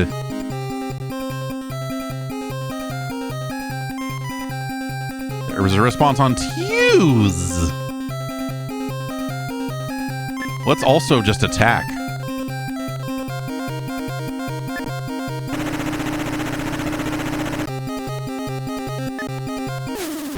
Oh, God! Maintaining attack is impossible. Blue has exploded. Well, we still shot FP 300 points. Blue lost 1200 FP. I guess that's fame points, right? You gotta be famous in battle. Everyone knows that.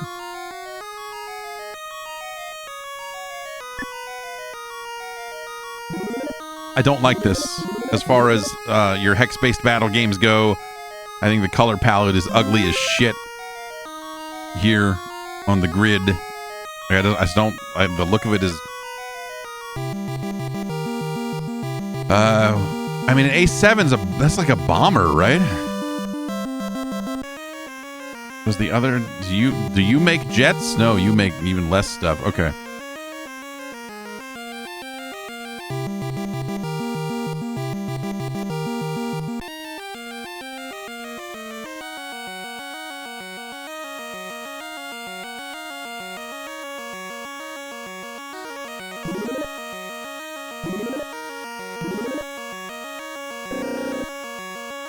Cannot move there.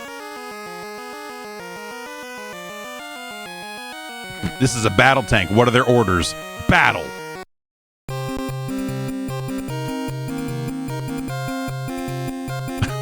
Oh.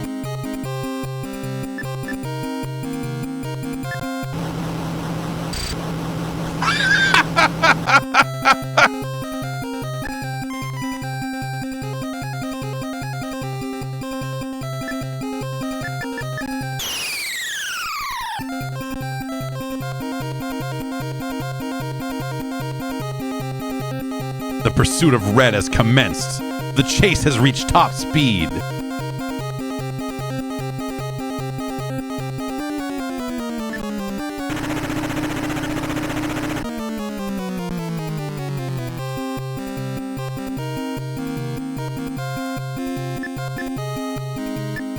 We're gonna hide.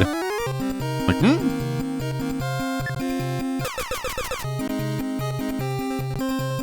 We failed to hide.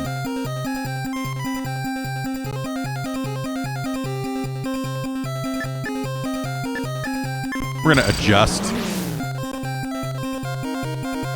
Seems like you just skidded. Seems like you just did a 6 skid.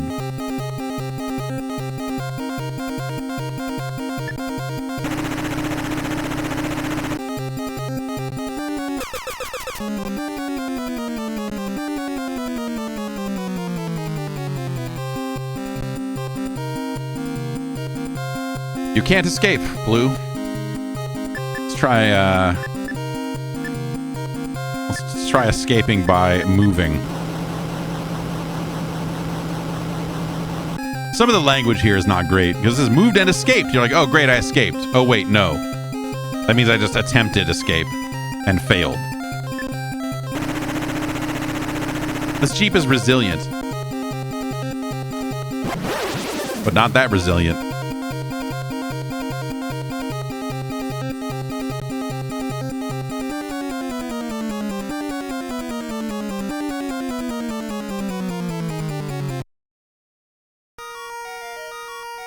I think everything here is too time consuming.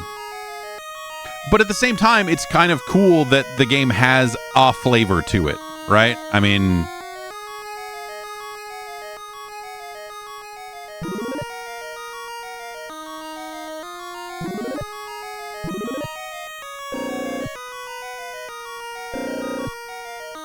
Commandos can't go in the forest. What are you, dumb?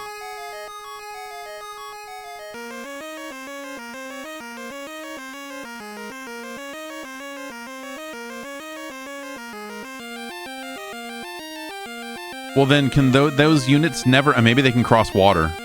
Maybe I just didn't try.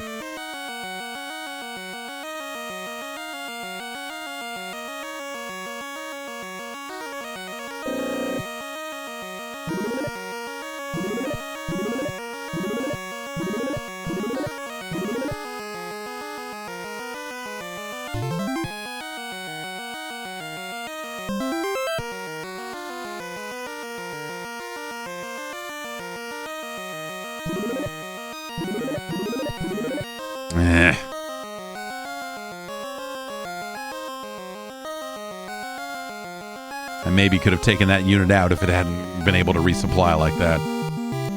Anyway.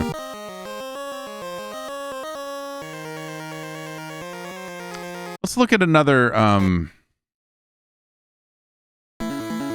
map. I'm curious how elaborate it gets.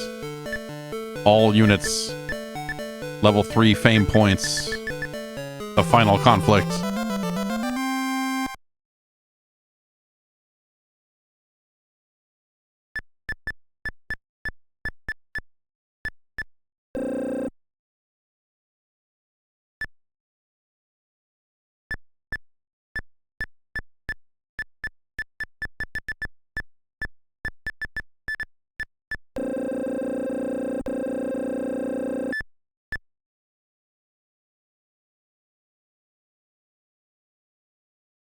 Well, why would you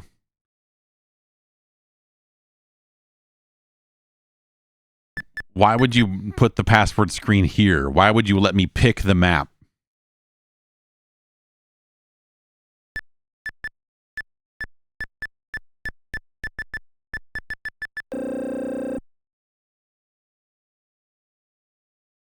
Can I play map 2?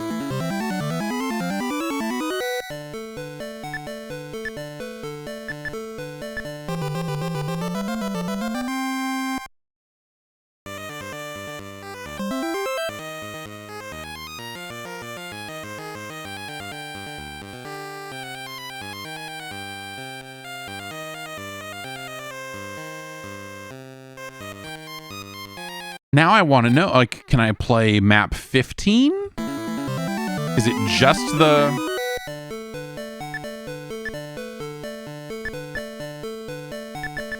Is it just the final map? I want to face the truth here and find out. So it's just that, it's just the last map. If you want to play map 16, you better bring a password. That's stupid.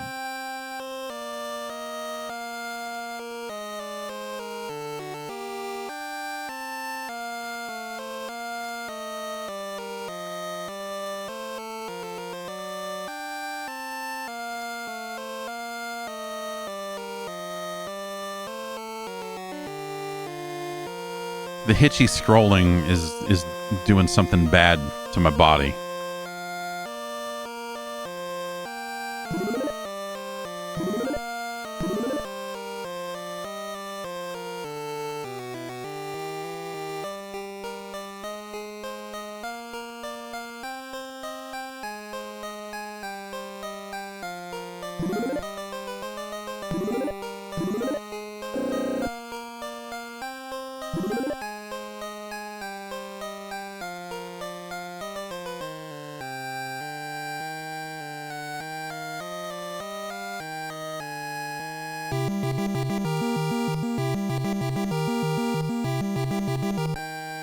Oh, I have like 0 points. I thought by doing fame level 3. Manufacturer is booked. Please come back later.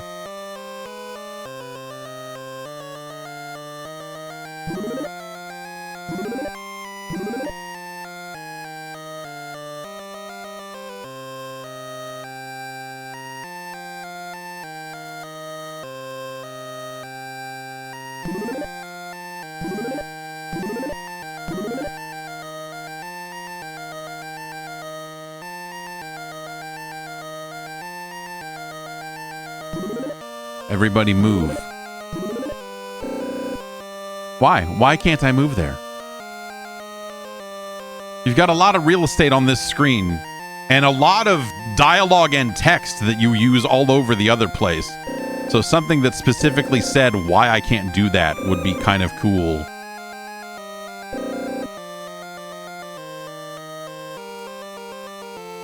Does it cost more to move through forest? Maybe. So if I could still move on to a flat piece or something. Yeah, that's probably something like that.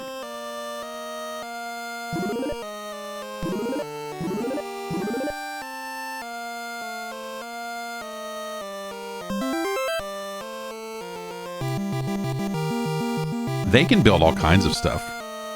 I can build dudes.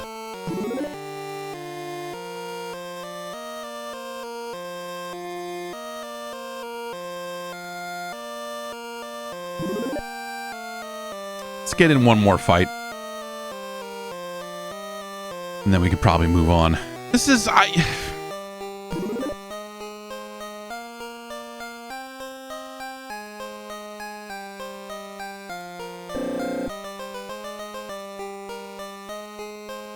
think there's just a certain... you know, any game like this is going to be a little sluggish in some ways, right? The thing I would say is I feel like they could have provided a little more information for a game that actually kind of over provides during battle. I think that stuff would have been nice. Now, obviously, there's a big manual that comes with this, and you can look at they have like a gigantic table of strength of different units. So they show that, like, you know, FS versus CS is at a disadvantage. But then on top of that, the units have different strengths per faction. And so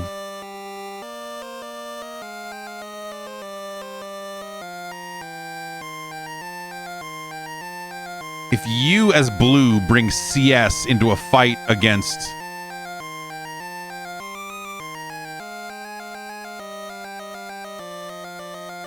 No, that's okay. No, never mind. That is not true. Okay, they are the same.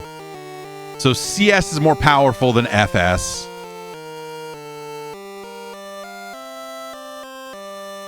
But is going to lose to any armored unit. Like, you know, a MiG is going to blow them away. You know, they just have like options like complete defeat or total victory on this chart. And it's a big, ugly chart.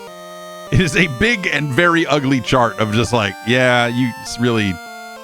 Even that information in the manual probably could have been spelled out without this big chart full of insane symbols.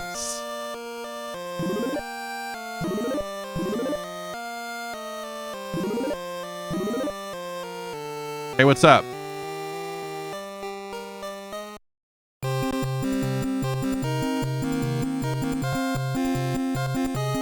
Align weapon systems. Fire tow.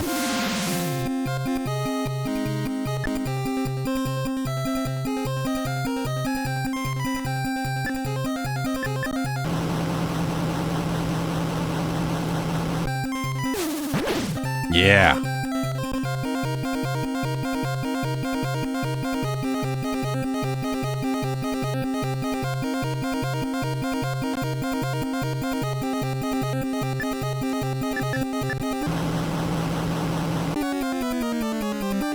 I'm gonna take a look.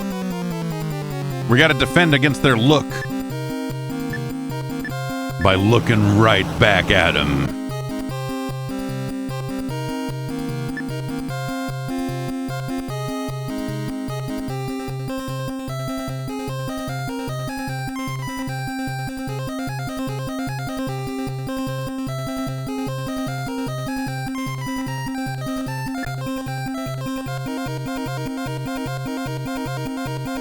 Why did they get to attack? I feel like they chose to do something else there. Like, oh, I guess we're just both gonna...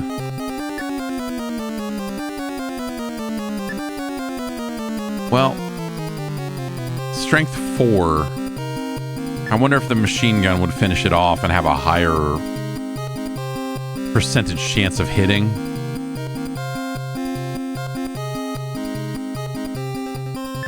Fuck it, missiles.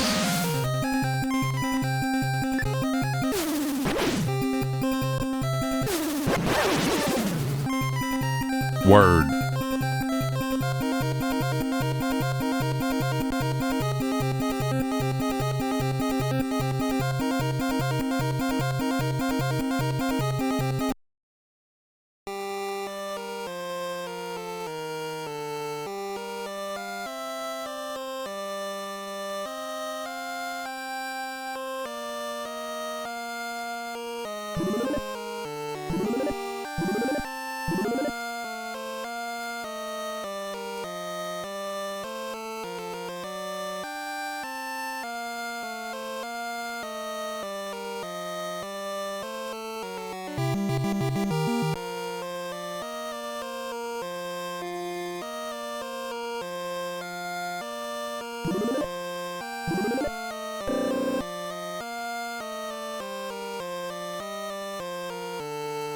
Okay.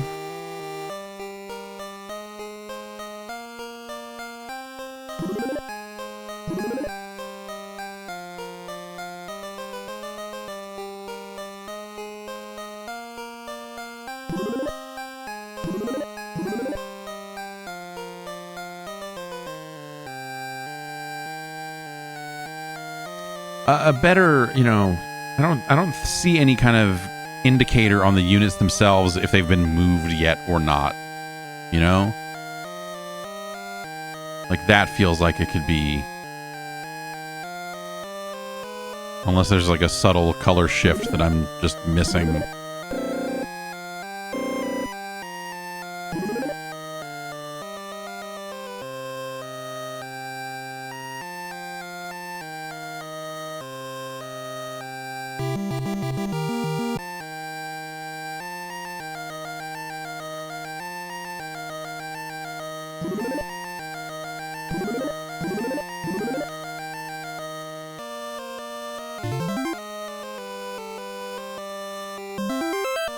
They're just cranking out fucking units. I don't have the FP to build anything. I wonder if by choosing fame unit, fame level 3 or something, if I actually kind of fucked myself, and if this is like hard mode. It probably is.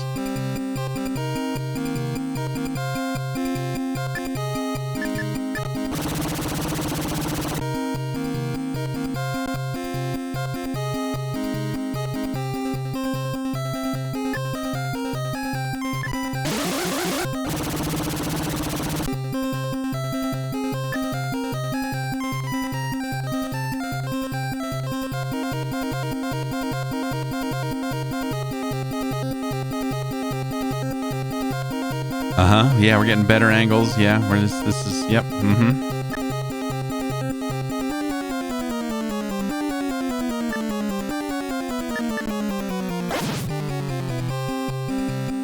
Tank gun was fired.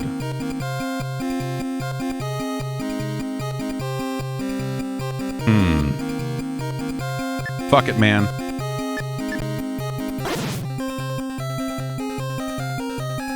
You can't do damage if you don't shoot.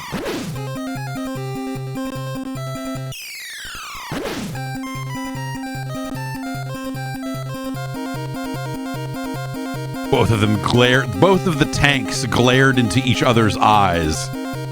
They gently caressed each other and kissed. It had been so long since they had felt the warm touch of another tank. I've read this one before. Smoke 'em.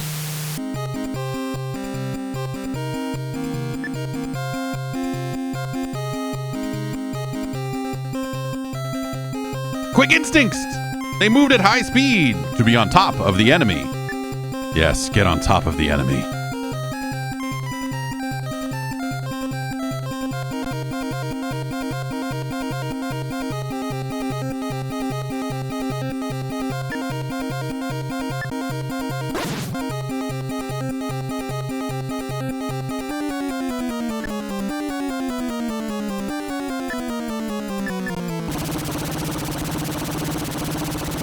Well, if they were looking for me and didn't... Okay, yeah, I was gonna say it hit. Yeah.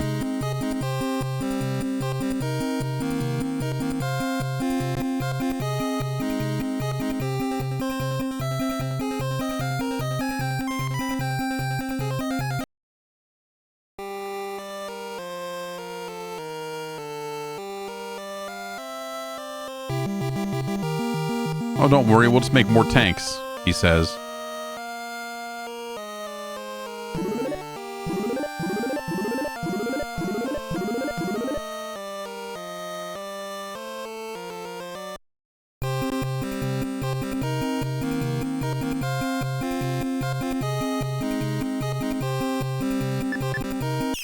Oh, shit.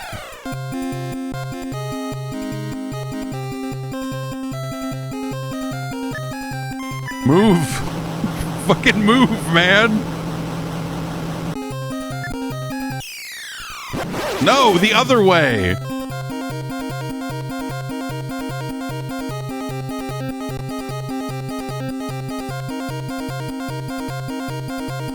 I appreciate the attempt for them to like write some dialogue or write to do a little bit of writing, right? To go along with the battle, like, oh, they turned and did this, and then, you know, like trying to provide some sort of additional tension that you don't really get out of just the static pictures or the images of the units moving around.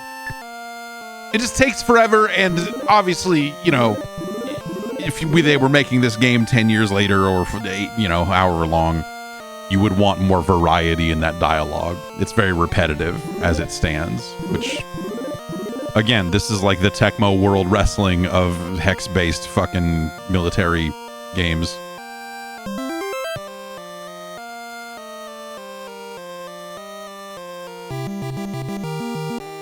I guess I should just keep pumping out dudes, because otherwise I need to manufacture some men.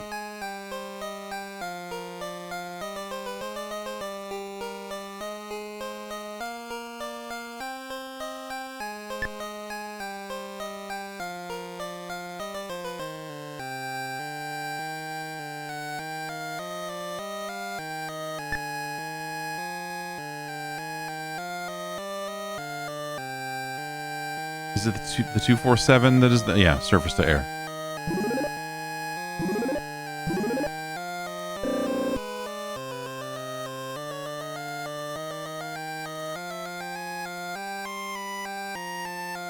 Yeah.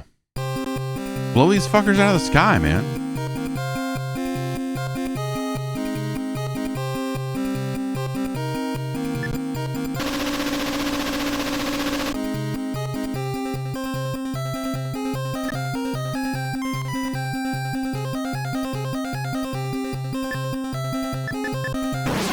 Also, because of when this came out, like the translation is such that like you look at it and go like, I'm not really sure what when it says the enemy cannot be captured.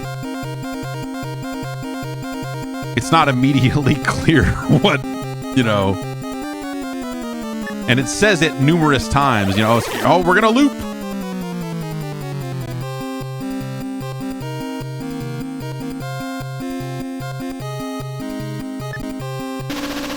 Shoot him again.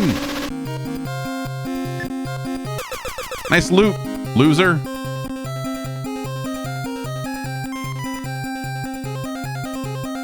The powerful G-force overtook the pilot's body. Dive executed.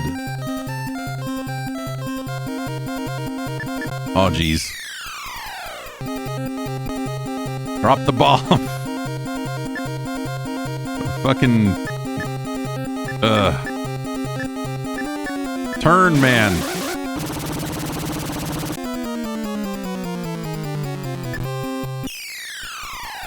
Nice.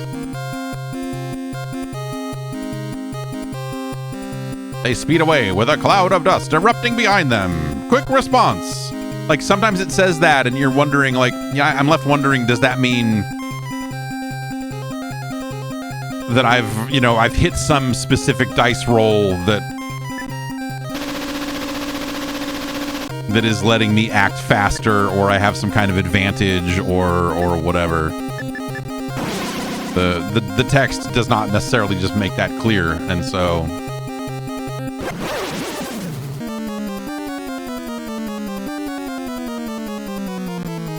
red is exploded.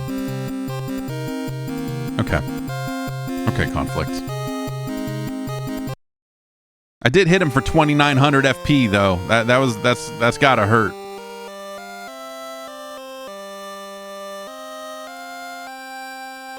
What is a ZS? Well, let's find out.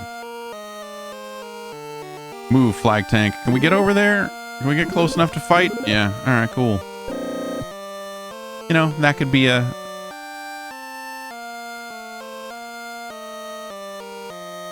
Yeah.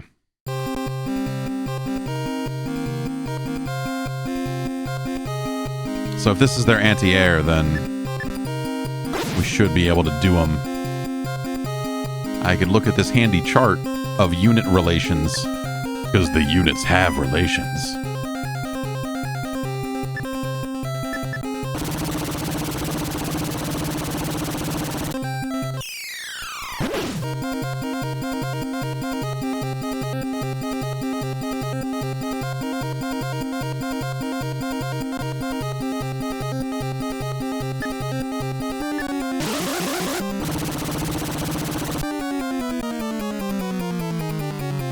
Blue has caught sight of red. Loading the ammunition. Smoke him.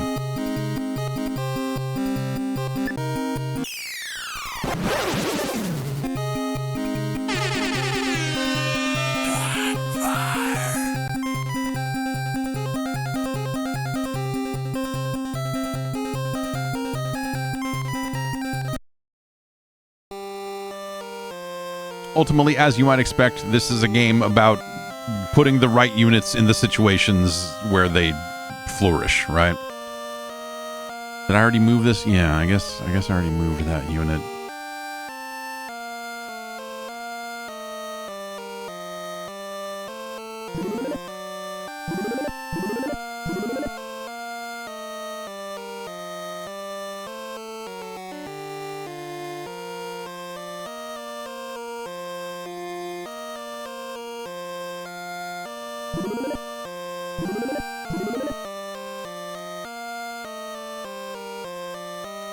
Is there anyone I haven't moved? I guess maybe I haven't moved these guys, huh?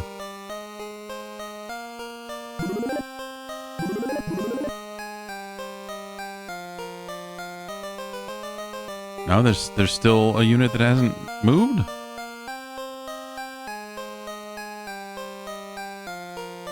Oh, is it the MC? Okay.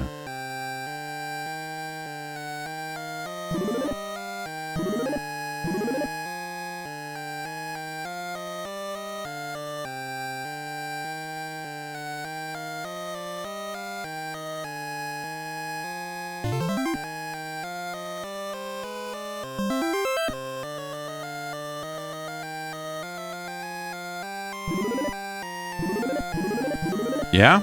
Wait.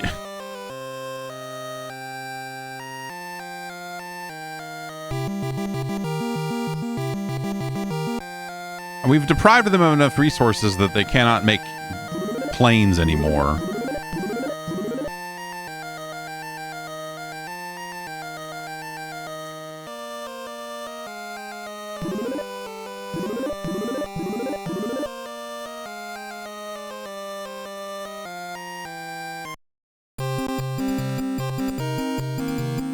So you're attacking my regular-ass tank with a service to air.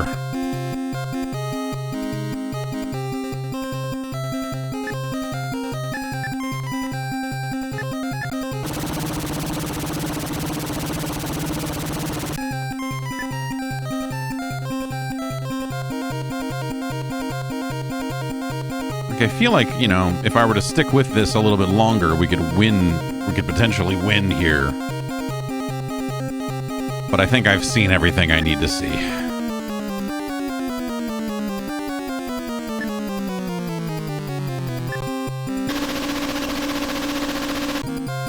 The machine gun was fired. That's cool. Have a little bit of that. Ay, ay, ay, ay, ay, ay. Oh, come on. Both of them glared into each other's eyes. So stupid.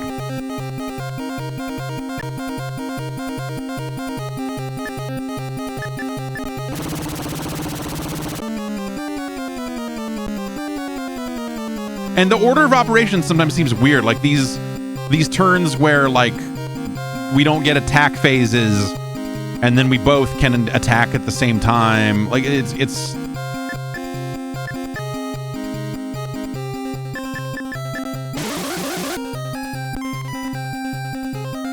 let's adjust.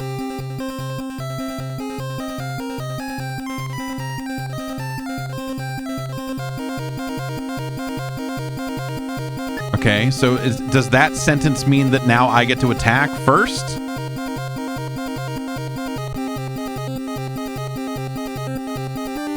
Okay, yeah. And since it lost sight of me, maybe I evaded.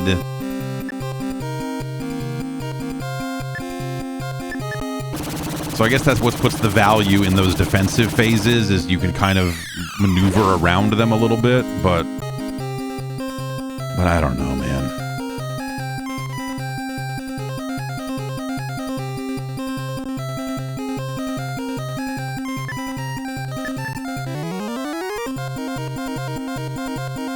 kid.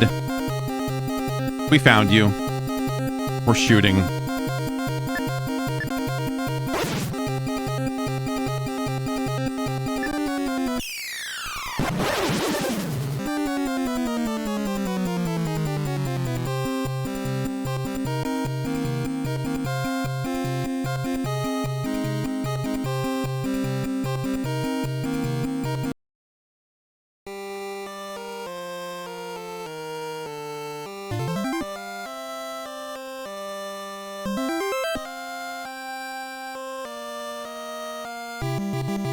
Ah, see, now I got enough FP that I could make a Jeep.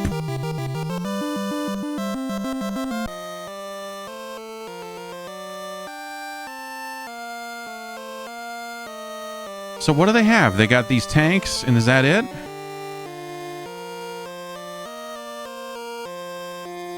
We should probably resupply after that. Oh, we can... Okay, cool. We can resupply and then move. That's kind of nice.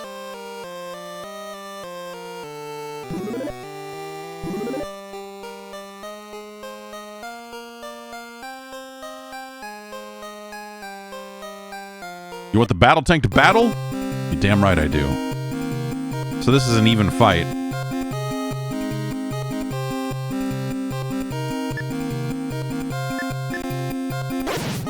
Shoot the tank with the tank gun.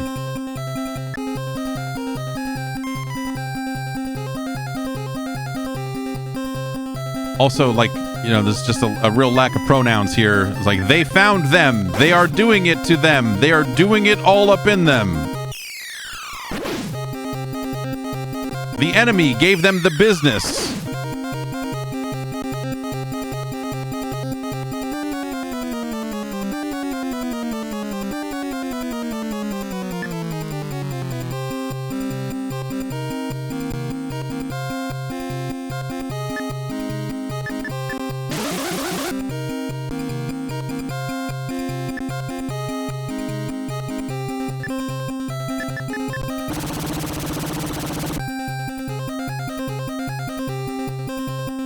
Okay, yeah.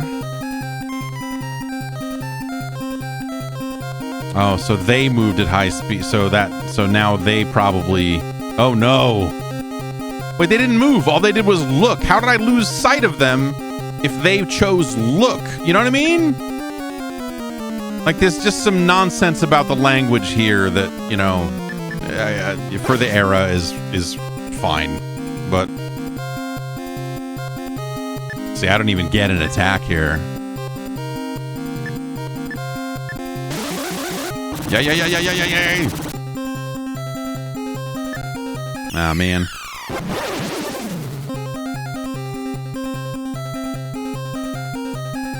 All right. We should move on.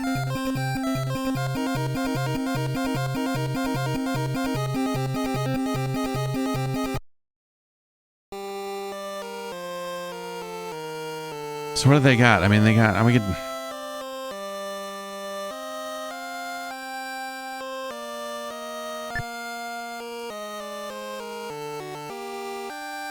We could probably move...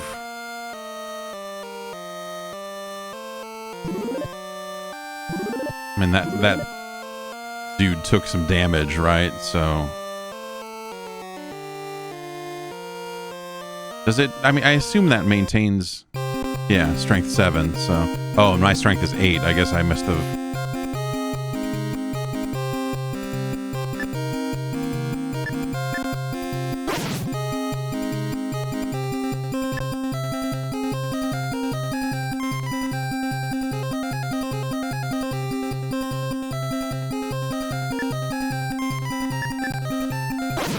What do you think? Are we both gonna...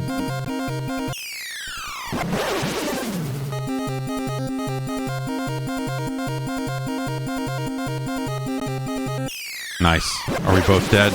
Awesome. That's war for you, man. That's just how it goes, man. The only winning move is not to play, man.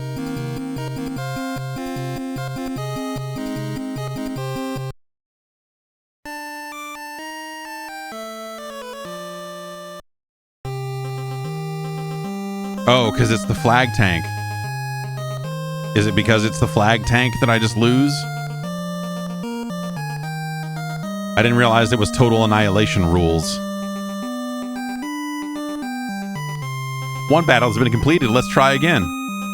No, I'm good. All right. Yeah, you know, totally viable. Right? Like, if you wanted to do that, you could certainly do that. And I guess, like, for the platform, that you don't get a ton of opportunities to play like a hex-based game at all. And most of the options you have that are like approaching that type of strategy game, like a lot of it is stuff like what? Like, I don't know, was it Gemfire? You know, like your Nobunaga's Ambition type stuff.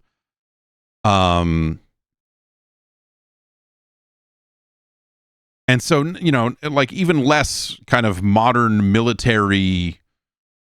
you know, this is modern warfare, but like that style of, you know, tanks and planes and jets and whatnot. You know, you don't really get a lot of opportunities for that in this era in the States. You know, if we were doing a larger comparison, I look at something like this and, you know, removed from the times and stuff, like I look at this and go like, why would I play this when I could be playing Military Madness, you know? On a good old PC engine. Give me a turbo graphics stat. So I don't know. It's neat that this game exists. It is successful at doing the thing that they are trying to do. Obviously, the language stuff could be significantly better. That's the sort of thing that's going to put you, you know, nose deep in the manual for a lot of time, trying to figure out like what's the difference between look and hide and adjust and turn, and, you know, like what are the right responses for each one of those actions. And I assume that is learnable stuff.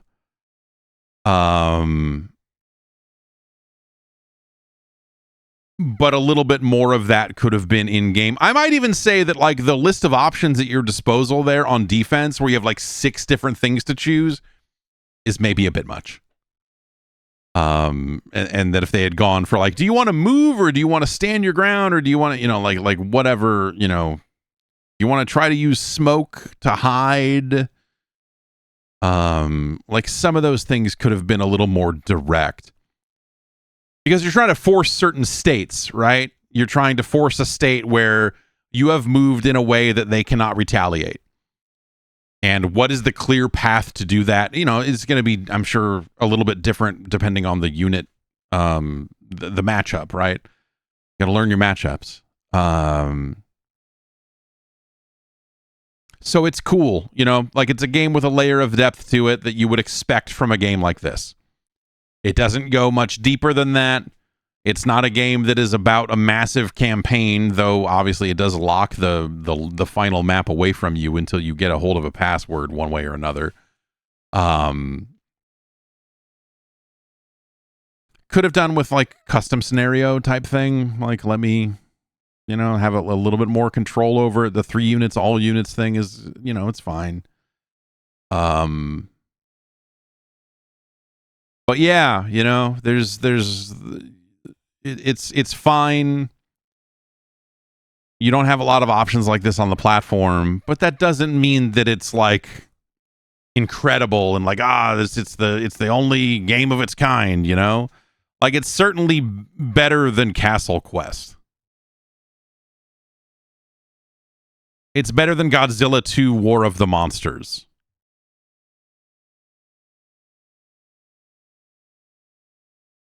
It's better than Gemfire.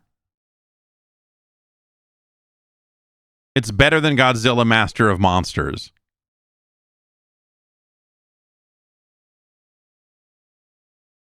But like,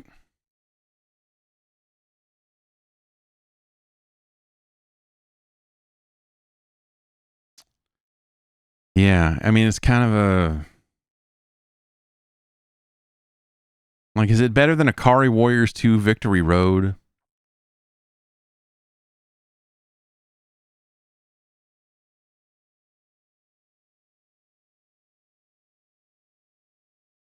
Like, not really.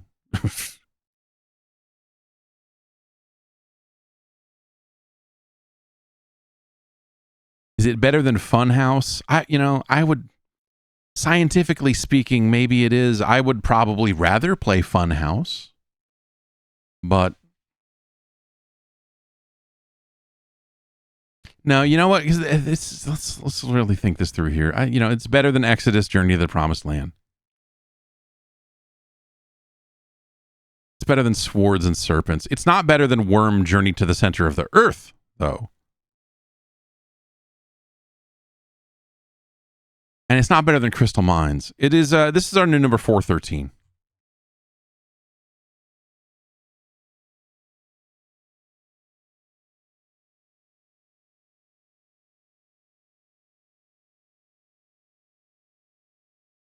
Okay.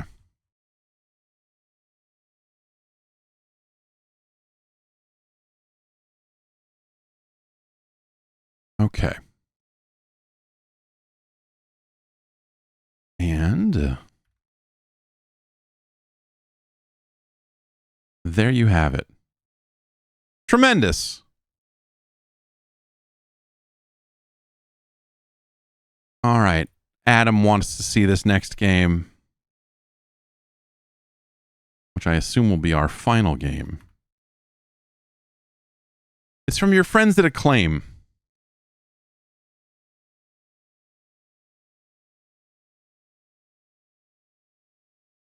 And System 3, the developers of The Last Ninja. It is Ferrari Grand Prix Challenge.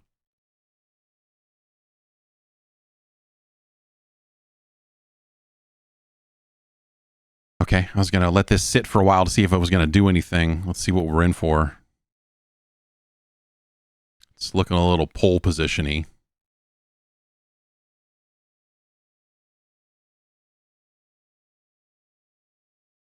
Does not seem to have demo protection for its leaderboards, but I doubt that this will finish the full race, so it probably won't file a time. No audio here at all, just let it run, huh? All right, let's...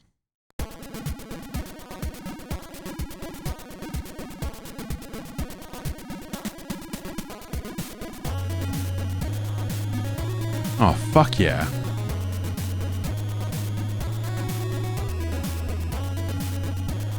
System 3. There are some amazing tracks in The Last Ninja. There's some fantastic music in that game, so...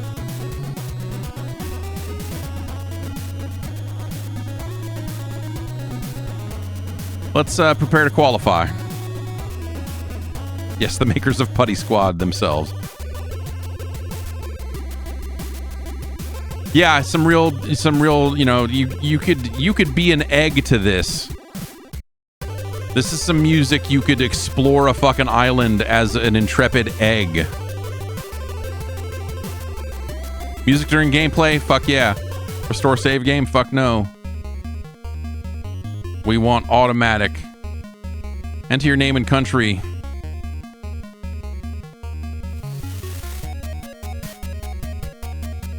Every track on every screen has been a banger so far. Has been a real, Sid Chip style banger. Dirk. Oh, I didn't enter a country, I guess, huh? The American Grand Prix.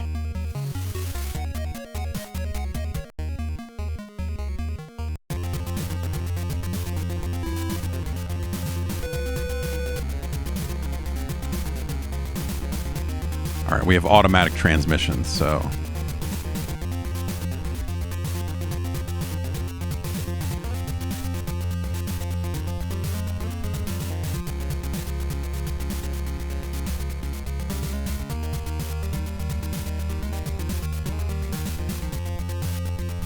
My speed is 325, which seems like a very high number, so I assume there's no, extra button to push like Rad Racer or something. In fact, no other button does anything while I'm holding the gas. I can't even hit brakes. I assume B is brake, but who can say?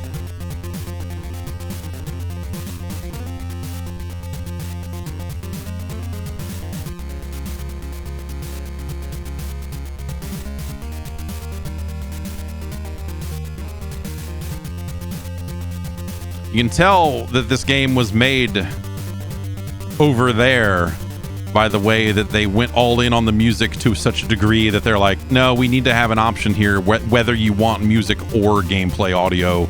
We can't do both. Sorry, we used all the channels.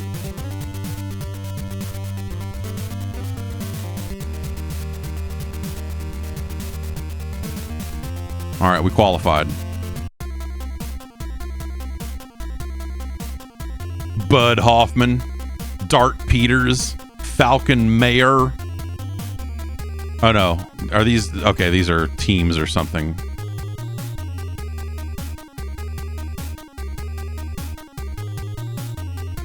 M. Hunter from Laurel, S. Takahashi from Dart, N. Kumans,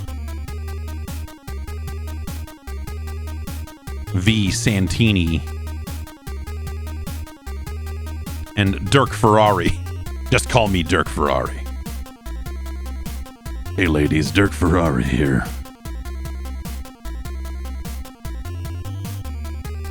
Dirk Ferrari wants to sell you some pheromone-based colognes, dudes.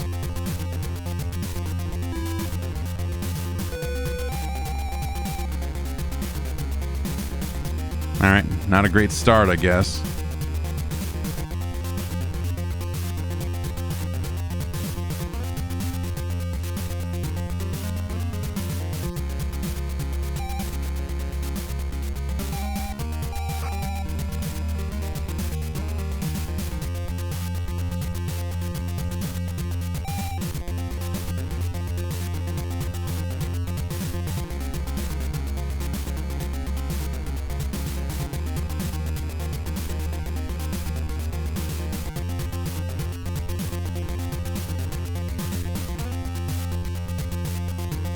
Very tiny rear view mirror in a weird position there at the bottom of the screen, instead of putting it, you know, kind of top center the way a lot of, you know, the way you might think you would want a rear view mirror. It's like you got a camera or something, you know. I find the radio thing very distracting when I look down there and it says good work. It's like, no, just leave me alone. I'm trying to drive.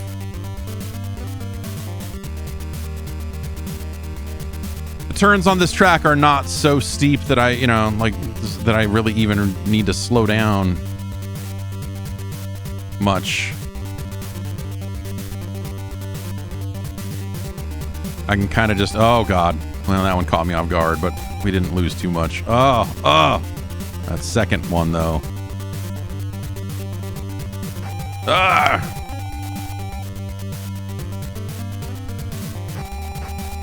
Now we're getting fucked.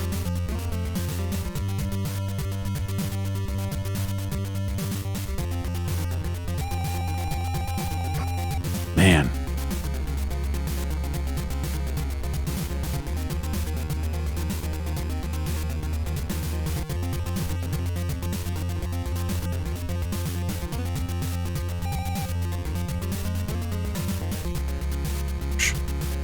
Yo, that dude was on fire.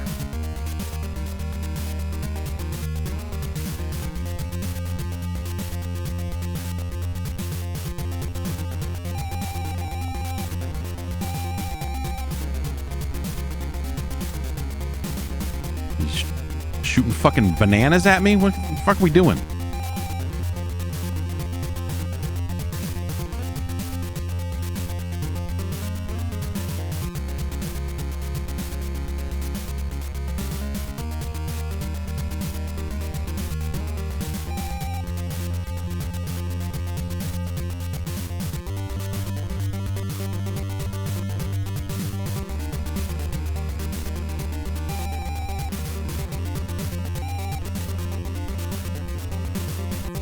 Okay.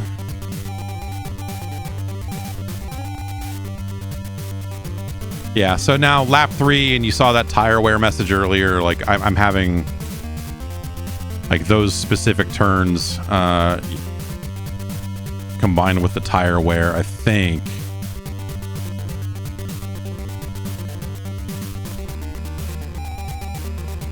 are leading to me maybe not having quite as much traction.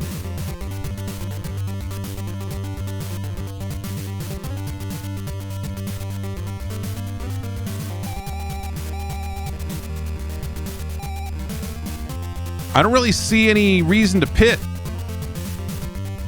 Doesn't look like I have fuel to worry about. It did say tire wear, but it's not giving me like any update on that. It just said tire wear after I got into that wreck. But there's no radio update that says, hey, you should go in the pit. You know what I mean?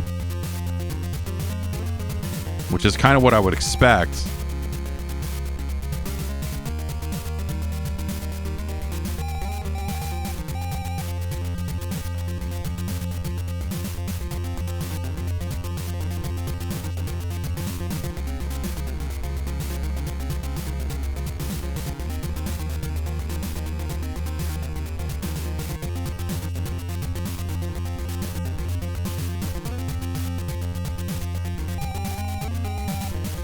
Dirk Ferrari gets his.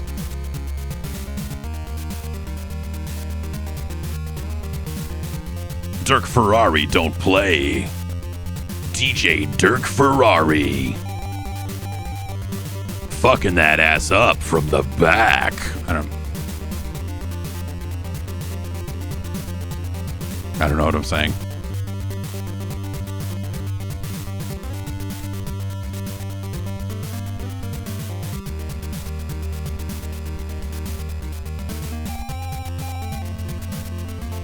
All right, there's third place. Ah!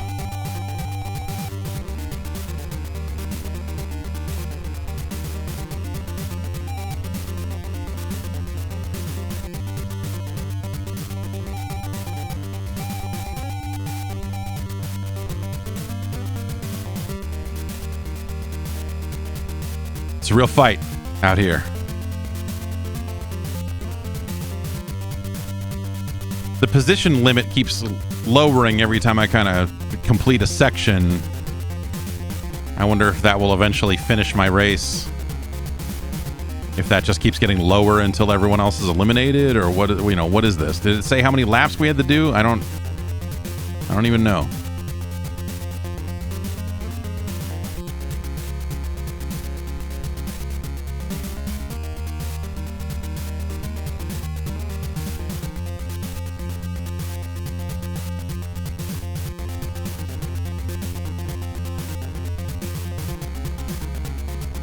DJ Dirk Ferrari straight shitting on him.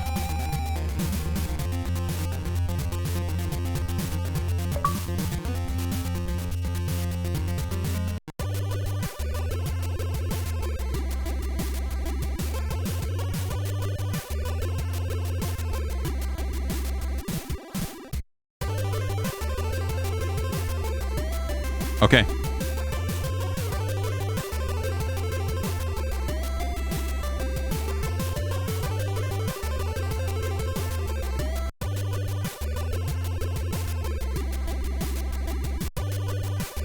Constructors Championship. Okay.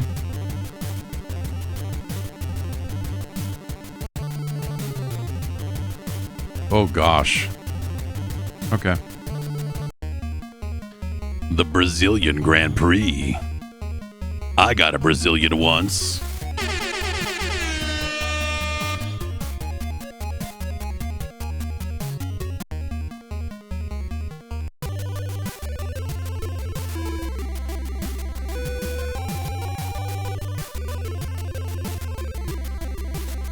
Okay, so B is the brakes.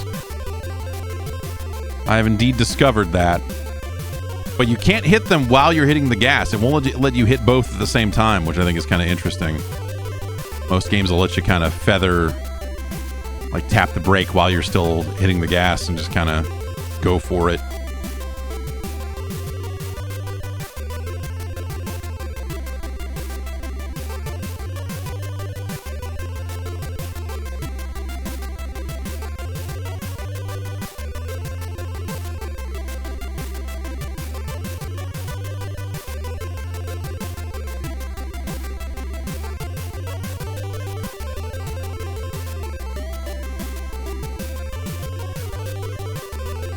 So even this hairpin, like is for as intense as that hairpin looks on the map, in game it is not represented by an incredibly steep and crazy turn, you know?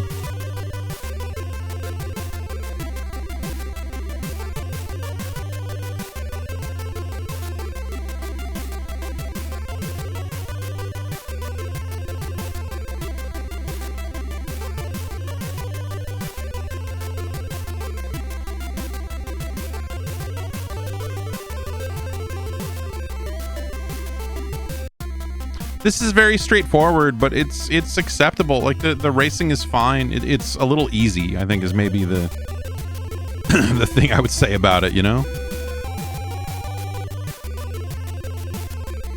And I don't necessarily mean like, oh, you're going to win every race. I mostly mean just like the curves on the track are like never seem like they get too intense. Like even these kind of snaky S curves, like generally speaking, I always have enough traction to just take those turns without ever letting off the gas. And so any kind of throttle control or anything like that feels like you don't really have to fuck with it too much. Like it's very straightforward, you know? And that's kind of nice because, you know, you get into a groove relatively easily and, you know, you really get to focus on overtaking these other cars, I guess. Because none of the turns are ever so intense where you're like, oh, God, I got to slow down so much right now, you know. That's where they get you. It's not the first wreck that gets you. It's the second guy ramming into you as you're trying to get going again.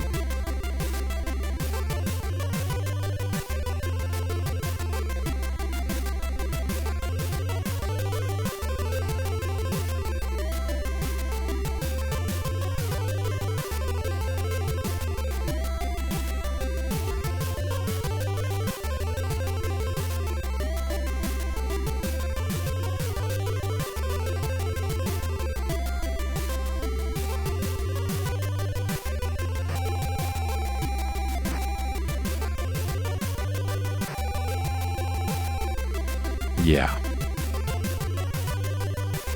Yeah. Aw, come on now.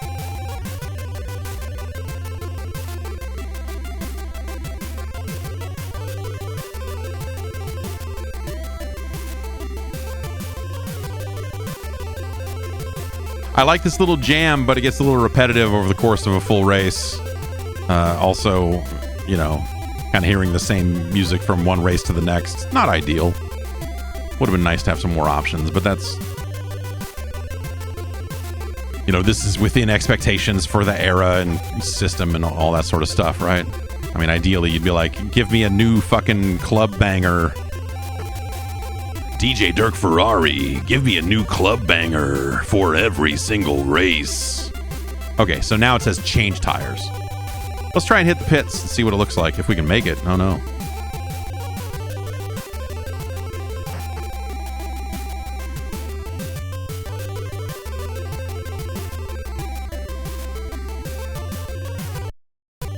Yeah, no button for changing tunes or anything.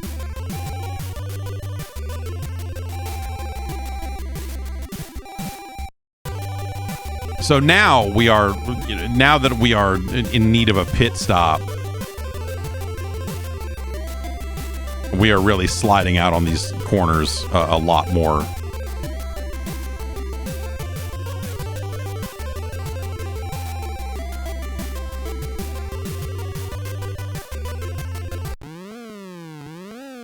Oh no.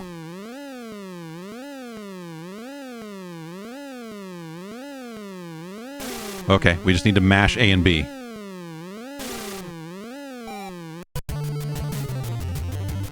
And our pit stop was so bad that we went over the position limit, and here we are. These guys splooging all over the place.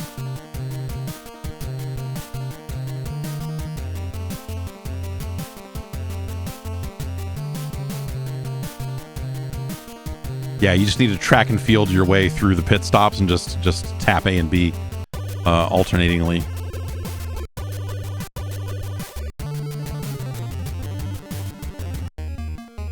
One last thing to look at here, I think.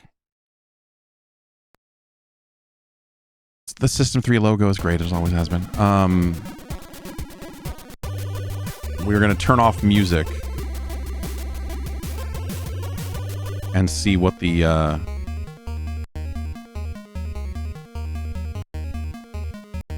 race audio sounds like.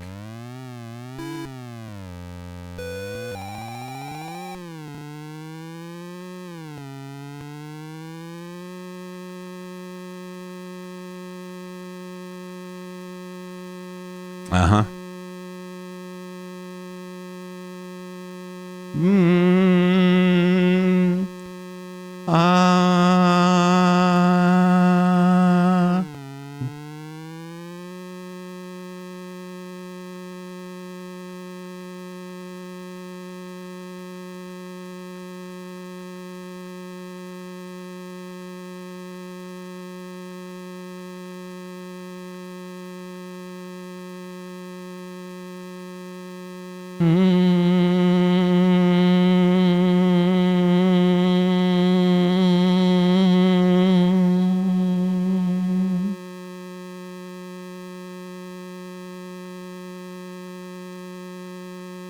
I assume we would hear the squealing of the tires if the curves here were more severe, but on this first track here, you don't get that much of it.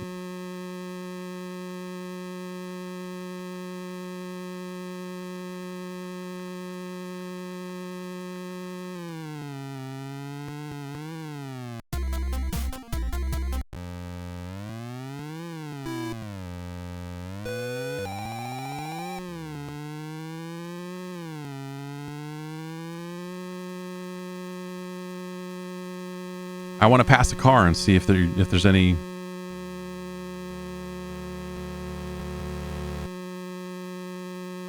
Yeah. It's pretty underwhelming.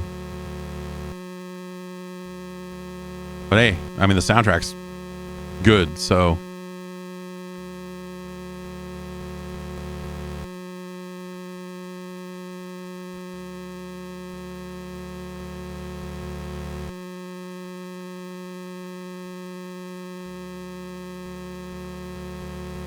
I feel like you could have done with some kind of like audio cue to go with the radio or something, or like if it's just sending you a message of like positivity, it just gives you a little ding, something, and then maybe a bop bop, if you need to go in the pits, or there's just something. Let's crash.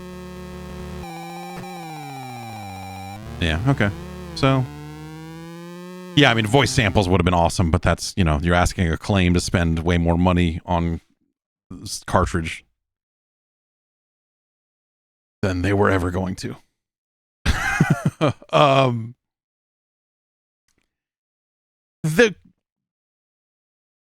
The crossroads we're at with this one ultimately is that this game is fine, and it's like, it's breezy. It's nice. It's very easy to pick up and play. The controls are totally fine. However, it is a little overly simple. It is a little overly straightforward. It's there's just not a lot of depth to it, I guess is what I would say. And so like that is where it sort of falls apart. Really good soundtrack though, like pleasant, but not something that I don't know. Like, it's the sort of thing I don't really feel good about playing, because it's just like, all right, this is easy. But I guess there's still room for improvement, because it's not like I'm getting first place finishes all over the place, right? So I guess in that context, there's probably some improvement, but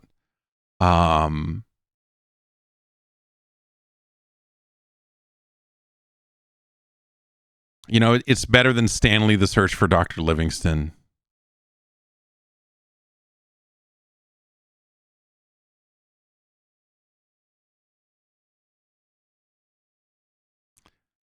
I'm trying to weigh it out, you know, like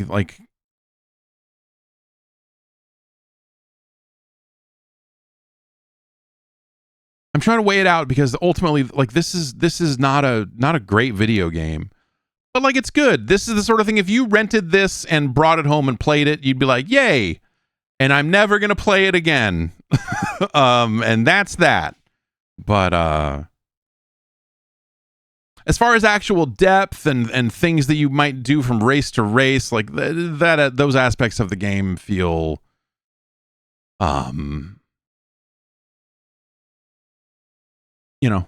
underwhelming, and I think that could be done better. Is it better or worse than Puss in Boots: Perrault's Great Adventure, which is a game that I think is similar in some ways, in that you go like, that game's fine, like it's not good, but like, you know, you could play it. It's similarly breezy, I guess is what I would say. You know, Puss in Boots is just like, you just knock it out and you're like, yep, okay.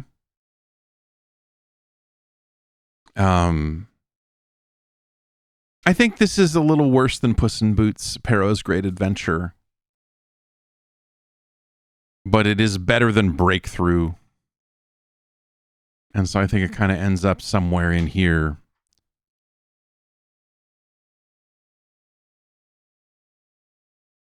It's better than Rally Bike. It's better than Frankenstein: The Monster Returns.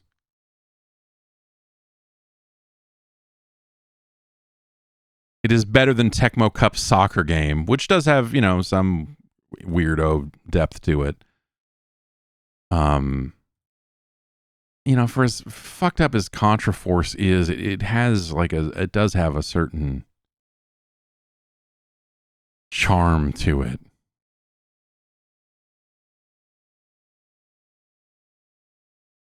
It is worse than this port of Shinobi. It is worse than Contra Force. It's our new number 379. Am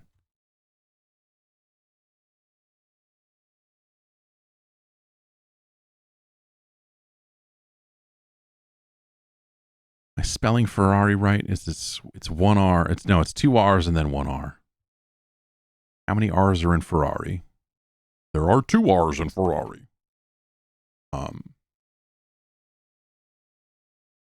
Thanks, computer. Okay, 379.